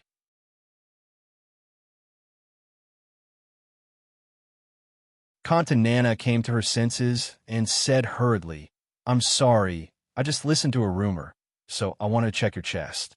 "I'm sorry. I'm really sorry. How can I make it up to you?" "I don't want your compensation." Mu Xiao felt guilty and quickly ran away. It was a secret that she and the sisters of the Mu family village had breastfed Charlotte. She was afraid that Condanana would ask her again, so she did not dare to talk to her anymore. She could not wait to remind the sisters of the Mu family village that they should not reveal the secret of their master breastfeeding, even in the face of torture. Mu Xiao ran away, but Contanana was still standing in the corridor in a daze, muttering to herself, "I must have a good talk with Ramona when I get back. How could she slander a war hero like this? This is too much." At this time, Charlotte and Liang Tao, who was carrying a box of wine, came over. Charlotte handed 2 bottles of red wine to Contanana. "Commander Kantu, this is for you." Contanana glanced at the box of 6 bottles in Liang Tao's arms, and then at the 2 bottles of red wine in her hands. The corners of her mouth suddenly curled up. "You give 1 box to Staff Officer Liang, and 2 bottles to me? What do you mean?" Charlotte shrugged. "There are only 2 bottles left. Do you want them? If not, I'll give them all to Brother Liang." "You..." Contanana suddenly became angry on the spot. "Ah, I remember. I have something to do. I'll go first." Liang Tao carried the box of red wine and left, saying as he walked, "Brother, take care. Have a safe trip." Charlotte said, Remember what you promised me. Take good care of my goddaughter and the girls of the Mu family village. Don't worry, don't worry. Liang Tao walked away in the blink of an eye. Contanana looked at Charlotte. You'll come back, won't you? Charlotte said, My home is here, and so is my goddaughter. Of course, I'll come back. Then live well. When you come back, tell me about the dark forest. We've been trying to figure out what secrets there are in that forest, and we've sent a lot of good scouts, but none of them came back. If you come back alive, please tell me the story of the dark forest. Contanana's tone was pleading. Charlotte nodded. Have a safe trip. Goodbye. Contanana also left. Charlotte watched Contanana leave. His eyes couldn't help but move to her plump and tight buttocks. The shape of a dolphin, the perfect curve was a temptation to any man. At that moment, he couldn't help but have the urge to look at her through his eyes. But before he could do that, a person suddenly fell from above, blocking his view. This person had a sexy figure that was completely comparable to Contanana's, and it was colorful. Do you like women with plump buttocks? Longier said. Xiaolei smiled awkwardly.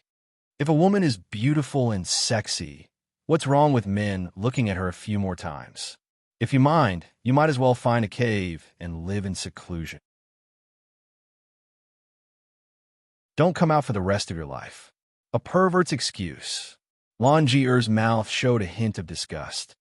You can look at other women in any way you like, but you can't look at me like that. Charlotte said. Then you must walk behind me. Okay, when are we leaving? The plan is tomorrow morning, but you can leave now if you want. I just need to say goodbye to the girls in Mu Village and my goddaughter, Charlotte said. Longier said, Then let's go now.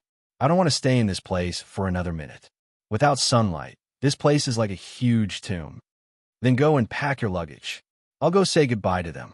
Charlotte entered the dining room. The girls of Mu Village had already cleaned up the table. When they saw Charlotte come in, they seemed to realize something and were silent. Charlotte smiled at them. I'm leaving. You guys stay here and wait for me to come back. Also, take care of Curson. The girls of Mu Village nodded together. They had already drunk the practice milk, so there was nothing more to say. Half an hour later, Charlotte and Longier stepped on the elevator that led to the ground. The elevator carried Charlotte and Longier up. In the White House, in the Oval Office, Contanana looked at Charlotte on the elevator with binoculars. She didn't put down the binoculars until Charlotte disappeared over the cliff. She picked up an antique communicator on the desk. Ghost, it's me. Reply. A hoarse voice came from the antique communicator. Commander, what do you want me to do?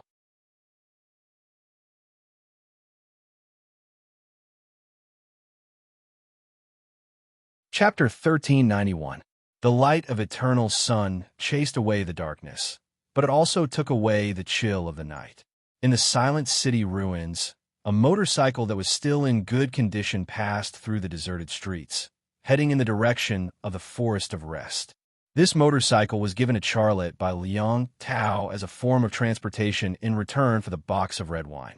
Fortunately, he had this motorcycle. If he had to walk, the hundreds of kilometers would wear through the soles of his shoes. Even though the motorcycles in the New World were still called motorcycles, they were very different from the motorcycles on Earth. They burned compressed fuel, and the energy density was 5 times that of normal gasoline. The energy conversion rate was 90%, while normal gasoline only had an energy conversion rate of 30%. This new type of compressed fuel was called New Energy 99 fuel. A full tank of the motorcycle could travel for 2,000 kilometers, so there was no need to carry any backup fuel. It was enough for Charlotte to make a round trip. Even though there was no backup fuel, Charlotte still brought a lot of things. A set of Blue Moon light armor, an Avenger 1000 sniper rifle, an assault rifle, a Blue Moon energy pistol, and some jungle exploration equipment and tools. There was also his metal bow, 12 metal arrows, and some ammunition. All of these equipment weighed about 50 kilograms, and with the addition of food and water, the total weight was about 200 kilograms.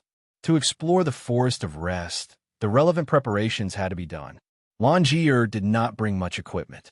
She only brought an assault rifle and a machete for cutting branches and vines.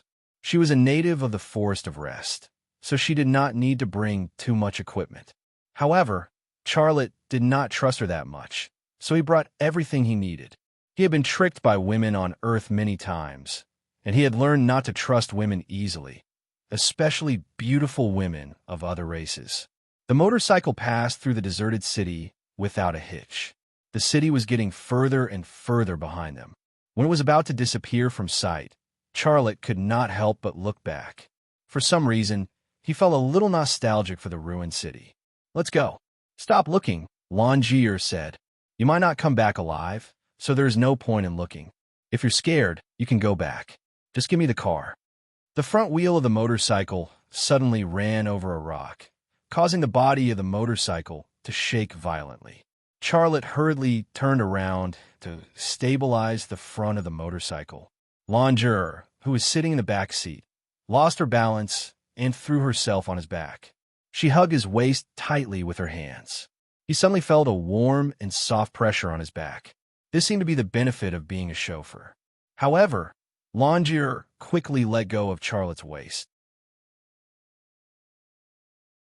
She was a little embarrassed and said, "Can't you ride properly?" Charlotte smiled and said, "The road is bad. What can I do?" Longier snorted coldly. "You did it on purpose, didn't you? Pervert." At this moment, a cloud of smoke suddenly rose from the side, accompanied by the roar of an engine. Charlotte shifted his gaze in that direction. At that moment, more than a dozen vehicles of various sizes sprinted over from a wasteland. Those vehicles included extremely heavy trucks, off-road vehicles, and off-road motorcycles. No matter what kind of vehicle it was, it had been modified. The front and side of the car were equipped with sharp spikes and knife-like metal fragments. Every car had a white flag on it, and a skull was painted on it with black paint. The skull had a thick black beard on its chin, and it looked especially strange. The long-bearded skull. Just from the emblem on the flag, Charlotte knew who had caught up. It was Blackbeard's team. Who are those people? Longier suddenly became nervous. "Have you heard of Blackbeard?" Charlotte stepped on the accelerator, and the off-road motorcycle flew forward. "No. Those guys seem to have been lying in ambush here in advance. Did someone betray you? Don't worry about that.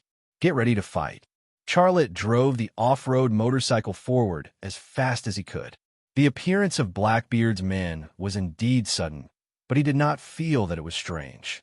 Before Song-ji died, he had sent a letter to Blackbeard, but Blackbeard did not appear in the wasteland. He only sent a few of his men in. He killed those men, but that did not mean he could cut off Blackbeard's information. After Hayakawa Shinsuke's death, the surviving members of the Black Market Alliance escaped from the wasteland. It was very easy for Blackbeard to obtain information from those armed men. Blackbeard's motorcade rushed onto the road. The engines roared, and all the vehicles madly chased after the off-road motorcycle that Charlotte and Longier were riding. Dang, dang, dang. A machine gunner on an off-road vehicle fired, and bullets whizzed toward Charlotte and Longier. Charlotte saw the machine gunner's movements in advance from the rear-view mirror and the direction of the muzzle.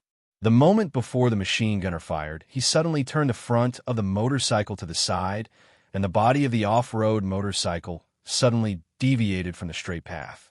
At that moment, a burst of bullets flew past the body of the motorcycle, and a few hit the surface. Sparks flew, and a few fist-sized craters appeared on the heavily weathered road.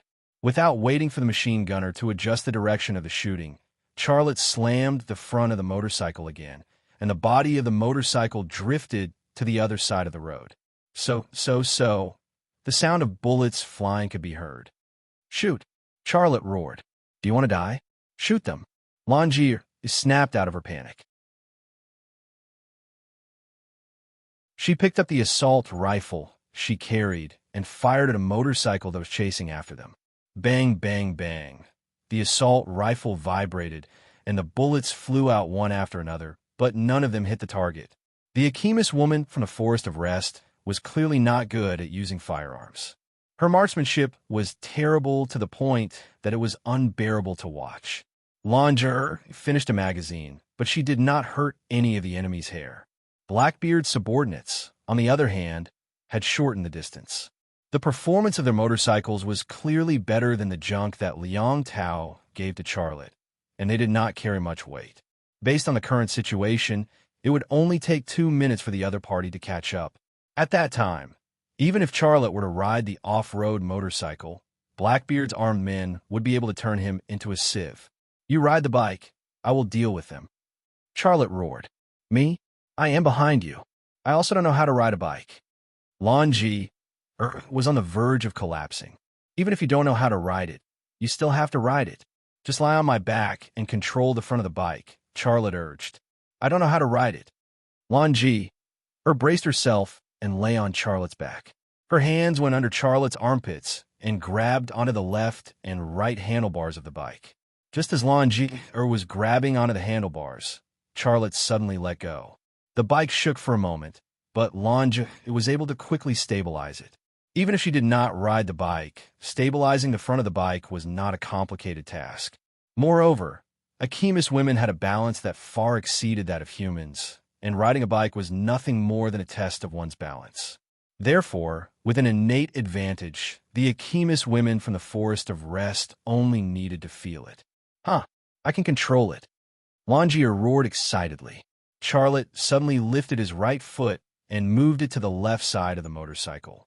In the next second, he switched his left foot to the right side of the motorcycle. He completed this series of movements in 2 seconds, as smooth as a professional gymnast. After completing this movement, his body was completely swapped. Previously, his back was facing Lan Ji, but now his back was facing the front of the bike, and he was sitting face to face with Lan Ji. Bang, bang, bang. Amidst the sound of gunfire, bullets whizzed over like raindrops. One of the bullets hit the body of the motorcycle, causing a burst of sparks. Charlotte suddenly raised his legs and clamped onto Lan Ji's waist. At the same time, he pulled out the modified assault rifle from the back seat of the motorcycle. The moment the gun was in his hand, Charlotte's right index finger pulled the trigger. It was just a pull. Bang! A bullet flew out from the muzzle of the assault rifle, and the head of the motorcycle rider behind burst into a flower of blood. The rider fell to the ground along with his bike. A headshot. This was Charlotte's style. He would never waste a bullet, not even a bullet. Boom! The heavy truck ran over the motorcycle that had fallen on the road. The fuel tank exploded, and the motorcycle was smashed. The body of the motorcycle rider who had been shot in the head was rolled under the wheels, and in the blink of an eye, it became a pile of meat paste. Bang, bang, bang. 3 shots were fired, and the interval between each shot was less than 0. 5 seconds. After the 3 shots, the 3 motorcycles that were about to catch up all fell on the road. Lan Ji saw the scene behind her through the rearview mirror, and she was dumbfounded. Just now, she had been frightened. However, after seeing Charlotte kill the enemy, she did not feel afraid anymore. Xia Lei killed his enemies in a straightforward and efficient manner. Everything about Xia Lei was like a shot of stimulant injected into her body, causing her blood to boil with excitement. Kill! Kill! Kill! Kill them all! Lan Ji roared. The motorcycles will suddenly fell into a pit. Charlotte's body was thrown up, and then he slammed into Lan Ji's body. His chest was facing hers, her leg was facing his leg, and that thing was facing hers. All of a sudden, they were intimately touching each other. If not for the fact that both of them were wearing pants, based on the force of the collision and their current posture, the scene was truly unimaginable. However, at this critical moment, neither Charlotte nor Lan Ji wanted to experience that feeling. Charlotte shouted at Lan Ji, "Do you want to die? Ride properly." Just as he finished speaking, the motorcycle shook violently again. The road under the wheels was too difficult. Dang, dang, dang. The machine gunner on the off-road vehicle seemed to have seen the opportunity to shoot Charlotte and Lan Ji. He chased after Lan Ji's buttocks and fired a barrage of bullets. Perhaps it was luck, but Lan Ji avoided a pit at that moment and moved the motorcycle to a place outside the trajectory of the bullets. However, because of her adjustment, Charlotte's bullets that killed the machine gunner missed. "You better ride me properly, idiot." Charlotte was really angry. "Is that all? Lan Ji or bitter lip? What? Tear my clothes and pants?" Lan Ji shouted at Charlotte.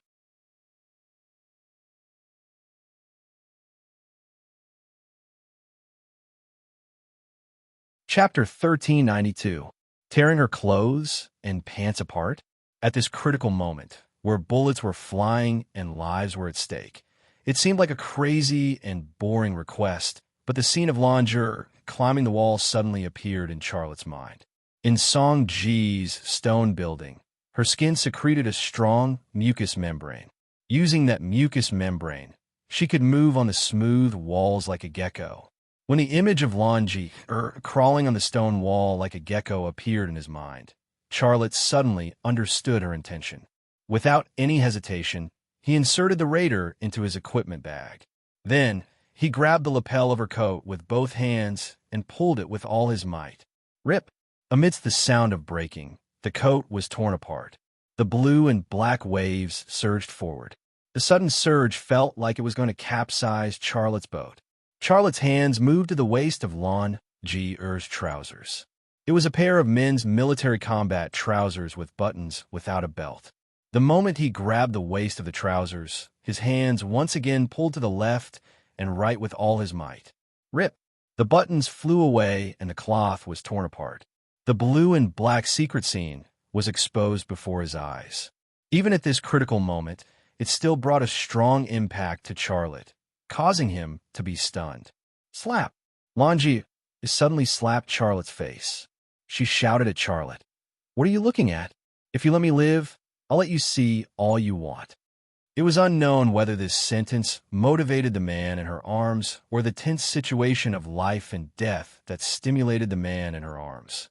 Once again, Charlotte could not grab hold of the crack and tore it with all his might. Rip! Rip! Pieces of cloth flew in the air. "Your coat!" Lange shouted at Charlotte again. The next second, Charlotte's coat flew up as well. "Hold me tight." Lange had become the commander. Charlotte did not hesitate. He, who was sitting on the fuel tank, fiercely pressed himself against her. The gentle collision was like an electric shock. The moment their skin touched, Lange's skin secreted that magical mucous membrane in the blink of an eye, gluing Charlotte and her together. That was definitely not the feeling of a fly flying onto a fly sticker, but the feeling of being fused with her. That feeling was extremely strange. The moment he was glued to her, Xiaolei couldn't help but shiver. He had a feeling that he was about to fly away uncontrollably. A miraculous experience, a miraculous Ahemus woman. Bullets whizzed over, and two of them hit the frame of the motorcycle. The clear sound of the bullet hitting the frame of the car and the sparks that flew woke Charlotte up. He shook his head with all his might, driving out all the messy things in his head and body. He grabbed the assault rifle in his equipment bag and instantly locked onto the machine gunner on the off-road vehicle. Bang! A bullet flew out from the muzzle of the assault rifle. The machine gunner on the Jeep tilted his neck, and his entire body fell from the Jeep. In that instant, blood blossomed from his head like a dazzling flower. Bang! A second bullet flew out from the muzzle of the assault rifle. The front wheel of the Jeep exploded, causing it to veer off the road and roll over to the side of the road. The heavy-duty truck drove past it, and the spikes and sharp metal fragments installed on the side of the truck struck the Jeep, instantly tearing it into two. However, the pursuing team did not give up on the pursuit because of Charlotte's marksmanship. On the contrary, their primitive, beastly nature was aroused, and they stepped on the accelerator to catch up. The road became worse, and the off-road vehicle became more and more bumpy. However, by sticking together with Langer, Charlotte and Lange were like a single entity. He sat steadily on the vehicle, and no matter how bumpy it was, it could not affect his balance. With the guarantee of balance, Charlotte and the gun in his hand became a nightmare for the Blackbeard team. Bang, bang, bang. The sound of gunfire continued, and the number of wrecked vehicles and corpses on the ground increased. Bang, bang, bang. The assault rifle vibrated, and a barrage of bullets hit the glass of the driver's compartment of the heavy-duty truck. The bulletproof glass installed on the driver's compartment first shattered, and then was pierced through. The armed personnel sitting in the driver's seat was immediately hit like a leaking hot water bag. His head drooped down and hit the steering wheel. An ear-piercing whistle sounded, and the heavy-duty truck rushed off the road and hit a rock on the side of the road. Boom! The fuel tank exploded. Rumble. One of the fuel tanks carried by the heavy-duty truck exploded, and the energy released in that instant engulfed all the vehicles behind it. The vehicles were incinerated, and the armed personnel on the vehicles were torn apart and burned to ashes. The energy shock wave from the explosion pushed forward with an earth-shattering force. The off-road motorcycle that Longier and Charlotte were riding could not avoid it all and was immediately engulfed. The off-road motorcycle flew up, and the two people on it were also thrown out. Then, it flew into the distance along with the scorching heat wave. The off-road motorcycle fell from the sky and fell to the ground. Charlotte and Longier, who were stuck together, continued to fly forward until the impact was exhausted. Only then did they fall on a patch of grassland. At that moment, the two of them had been pushed about 30 meters away by the shock wave from the explosion. Wah! Longier opened her mouth and sprayed blue blood all over Charlotte's face. During the explosion earlier, she had first used her back to block the shock wave from the explosion for Charlotte. While flying through the air, her body was still wrapped around Charlotte like a capsule, blocking most of the explosion damage for him. After spitting out a mouthful of blood, the mucous membrane secreted by her skin disappeared and Charlotte's body regained its mobility. "Are you all right?" Charlotte anxiously moved closer to Longier's side. "No, cough, cough. I'm not dead yet," Longier said as blood gushed out from the corner of her mouth. Then she stared at Charlotte. "Don't look. Cough, cough, turn away." Charlotte turned his back and could not help but laugh. The fact that she was still concerned about this meant that her situation was not that bad. "Give me your pants." Longier's voice came from behind, along with the rustling sound of Longier struggling to get up from the grassland. The smile on Charlotte's face disappeared. "If I give you my pants, what should I wear?" "I don't care. Give it to me." Longier was very overbearing. "All right, wait a minute." Charlotte took off his pants slowly and handed them to Longier. The reason he was willing to take off his pants was because he was still wearing a pair of underwear. If he rejected Longier's excessive request, Longier would have to follow him to the forest of rest with her bare buttocks. Longier put on Charlotte's pants and walked to Charlotte's side with her hands hugging her chest. "You are not allowed to tell anyone about what happened today, or else I will kill you." Charlotte was stunned for a moment. "That's nothing, right? We were being chased, and it was a matter of life and death that we had to take necessary measures. Anyway, you can't tell anyone." Longier looked very nervous about this. Charlotte shrugged. "All right, I won't tell anyone. I promise you, I won't tell anyone. Is that okay?" Longier glared at Charlotte and hugged her chest as she walked to the off-road motorcycle that had fallen by the roadside. Charlotte followed behind her, and his gaze shifted to her back. He was shocked when he saw it. Her back was full of skin that had been burned by the explosion, but the skin was regenerating at a speed visible to the naked eye, and new skin was growing. Self-healing ability. The Archimeans had the ability to heal themselves. His body also had the ability to heal itself after its comprehensive evolution. No matter how serious the injury was, it would not leave a scar. However, the healing speed was definitely not as fast as Longier's. It was no wonder that she could get up from the ground in such a short time and walk normally. Without such an abnormal self-healing ability, it would be impossible.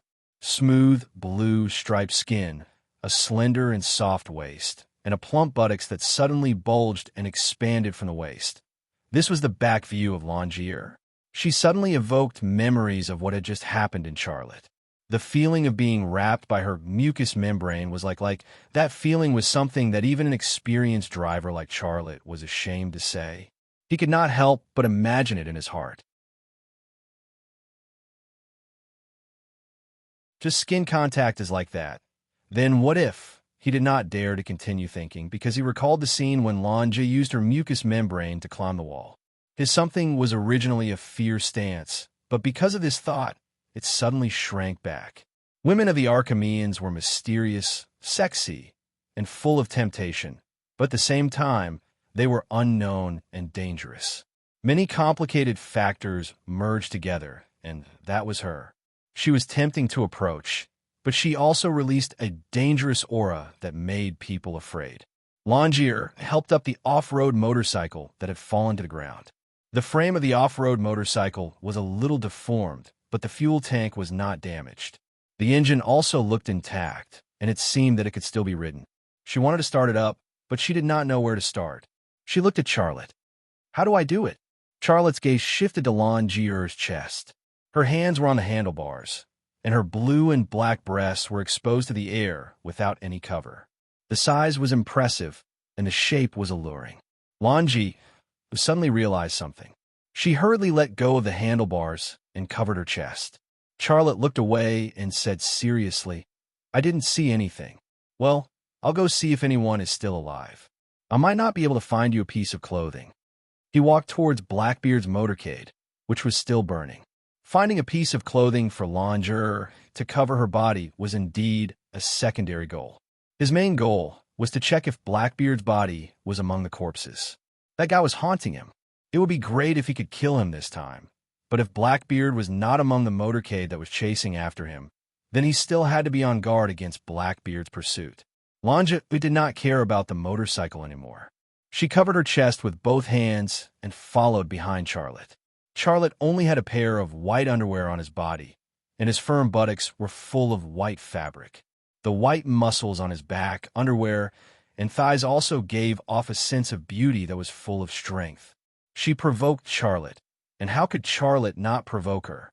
A woman's body would attract men, and a man's body would, of course, attract women. "How does it feel to wear your little pants?" Longier asked. Charlotte's footsteps froze slightly. "You've never worn it before?" "Alchemists never wear the kind of pants you're wearing." Charlotte was speechless. "Lend it to me later." Charlotte was speechless.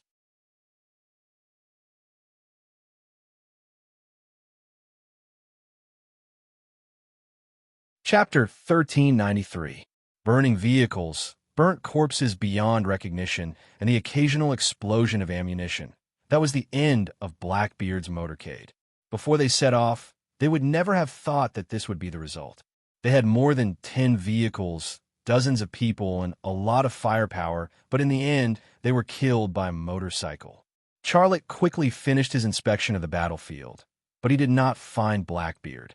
Blackbeard's physique was like that of a giant, and none of the burnt corpses matched Blackbeard's physique.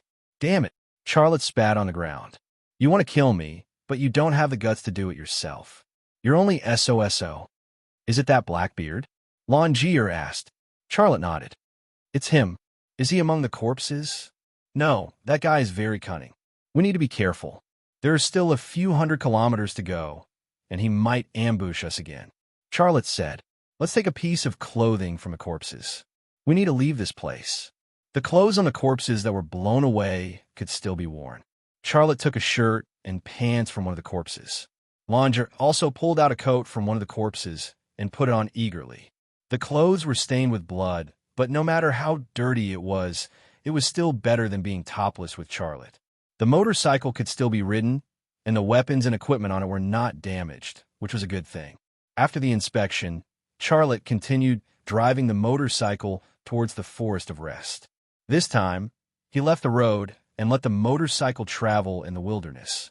Doing so would delay their arrival at the Forest of Rest, but it was much safer. Even if they were attacked by Blackbeard again, he could find a place to hide in the wilderness and use his gun and marksmanship to kill him.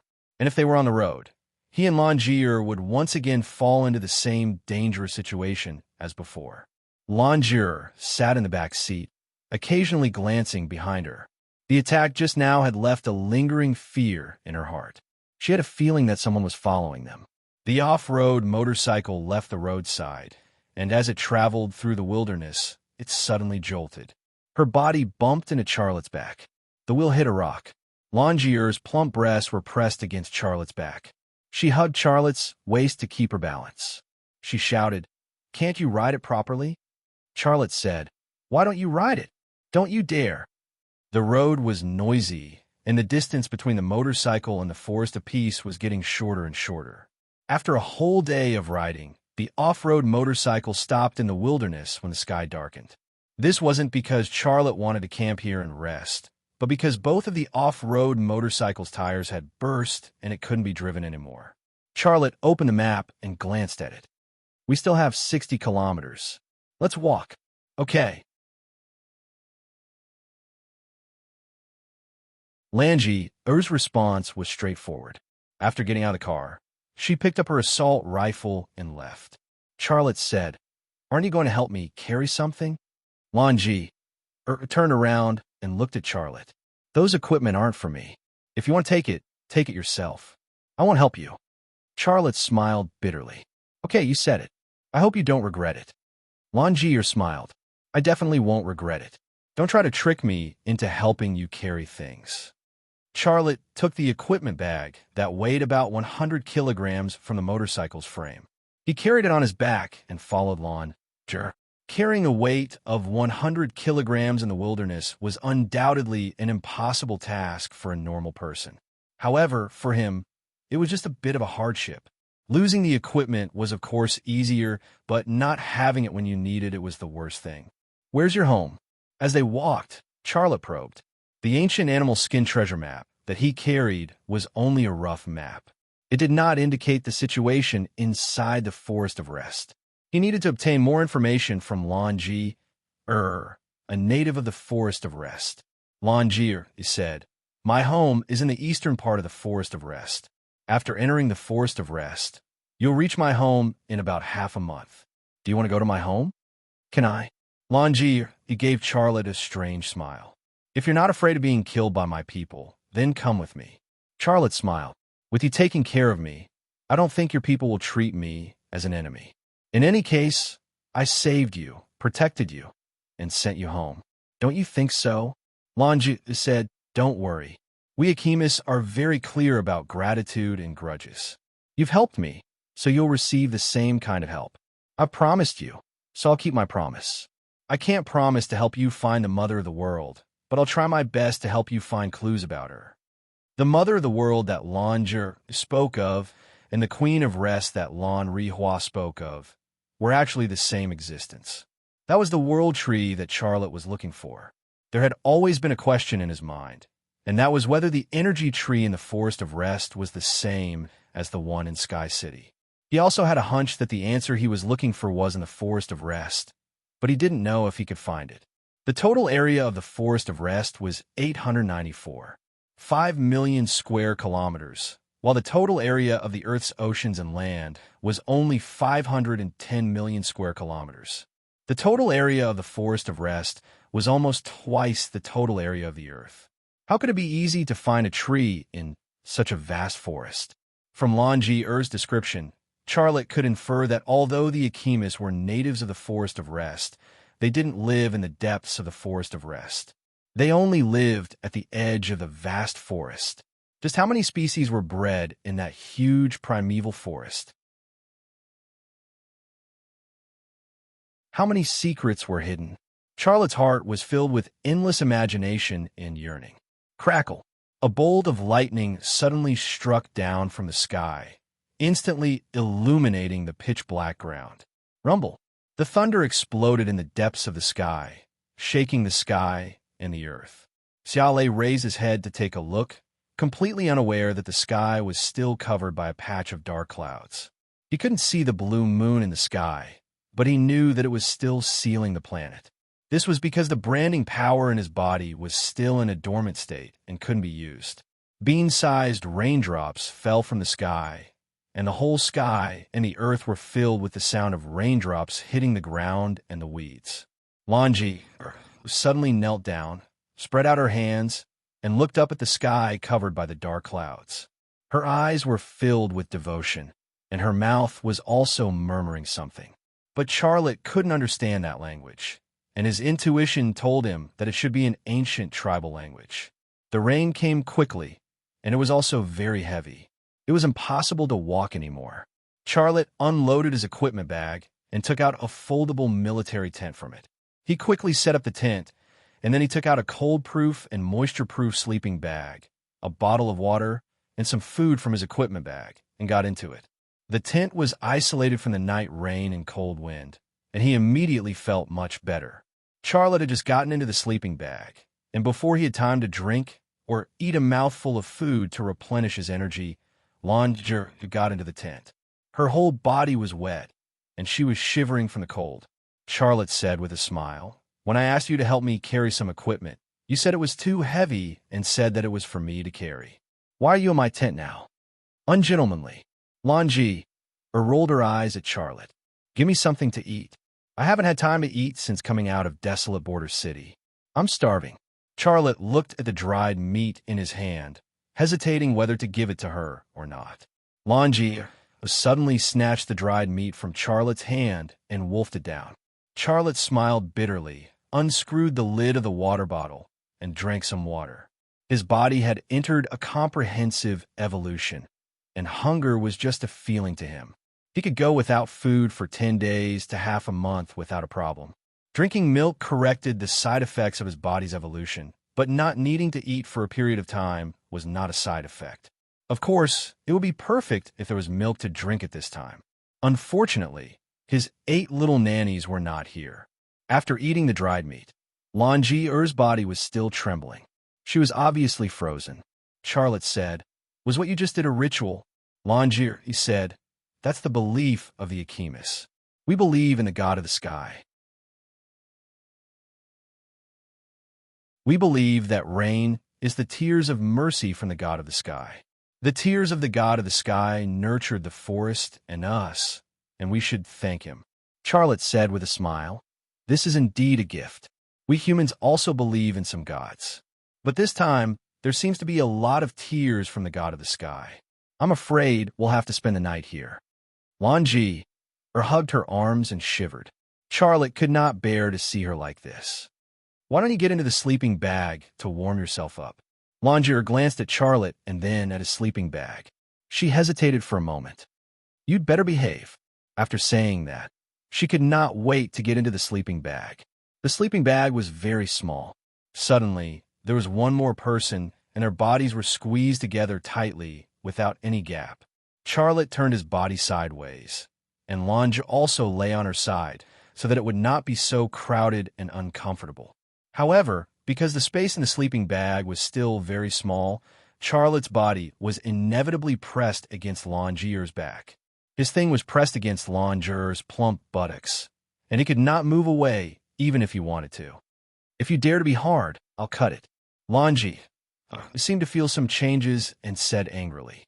Charlotte endured it very hard, but without the help of the branding power, he could not control the increasingly strong desire in his heart and body. He said uncomfortably, "You'd better get out. I'm a man, not a stone. I have feelings." Langer was unwilling to leave the warm sleeping bag. "Then close your eyes and sleep. Don't think about it." "Okay." Charlotte closed his eyes. "Pervert, what is it doing? It's none of my business. If it's none of your business, then whose business is it? Don't move. If you move, how could he sleep in this situation?" You're tuning in to the Warrior Lore YouTube channel. Don't forget to subscribe and join us on this journey to catch the most captivating stories.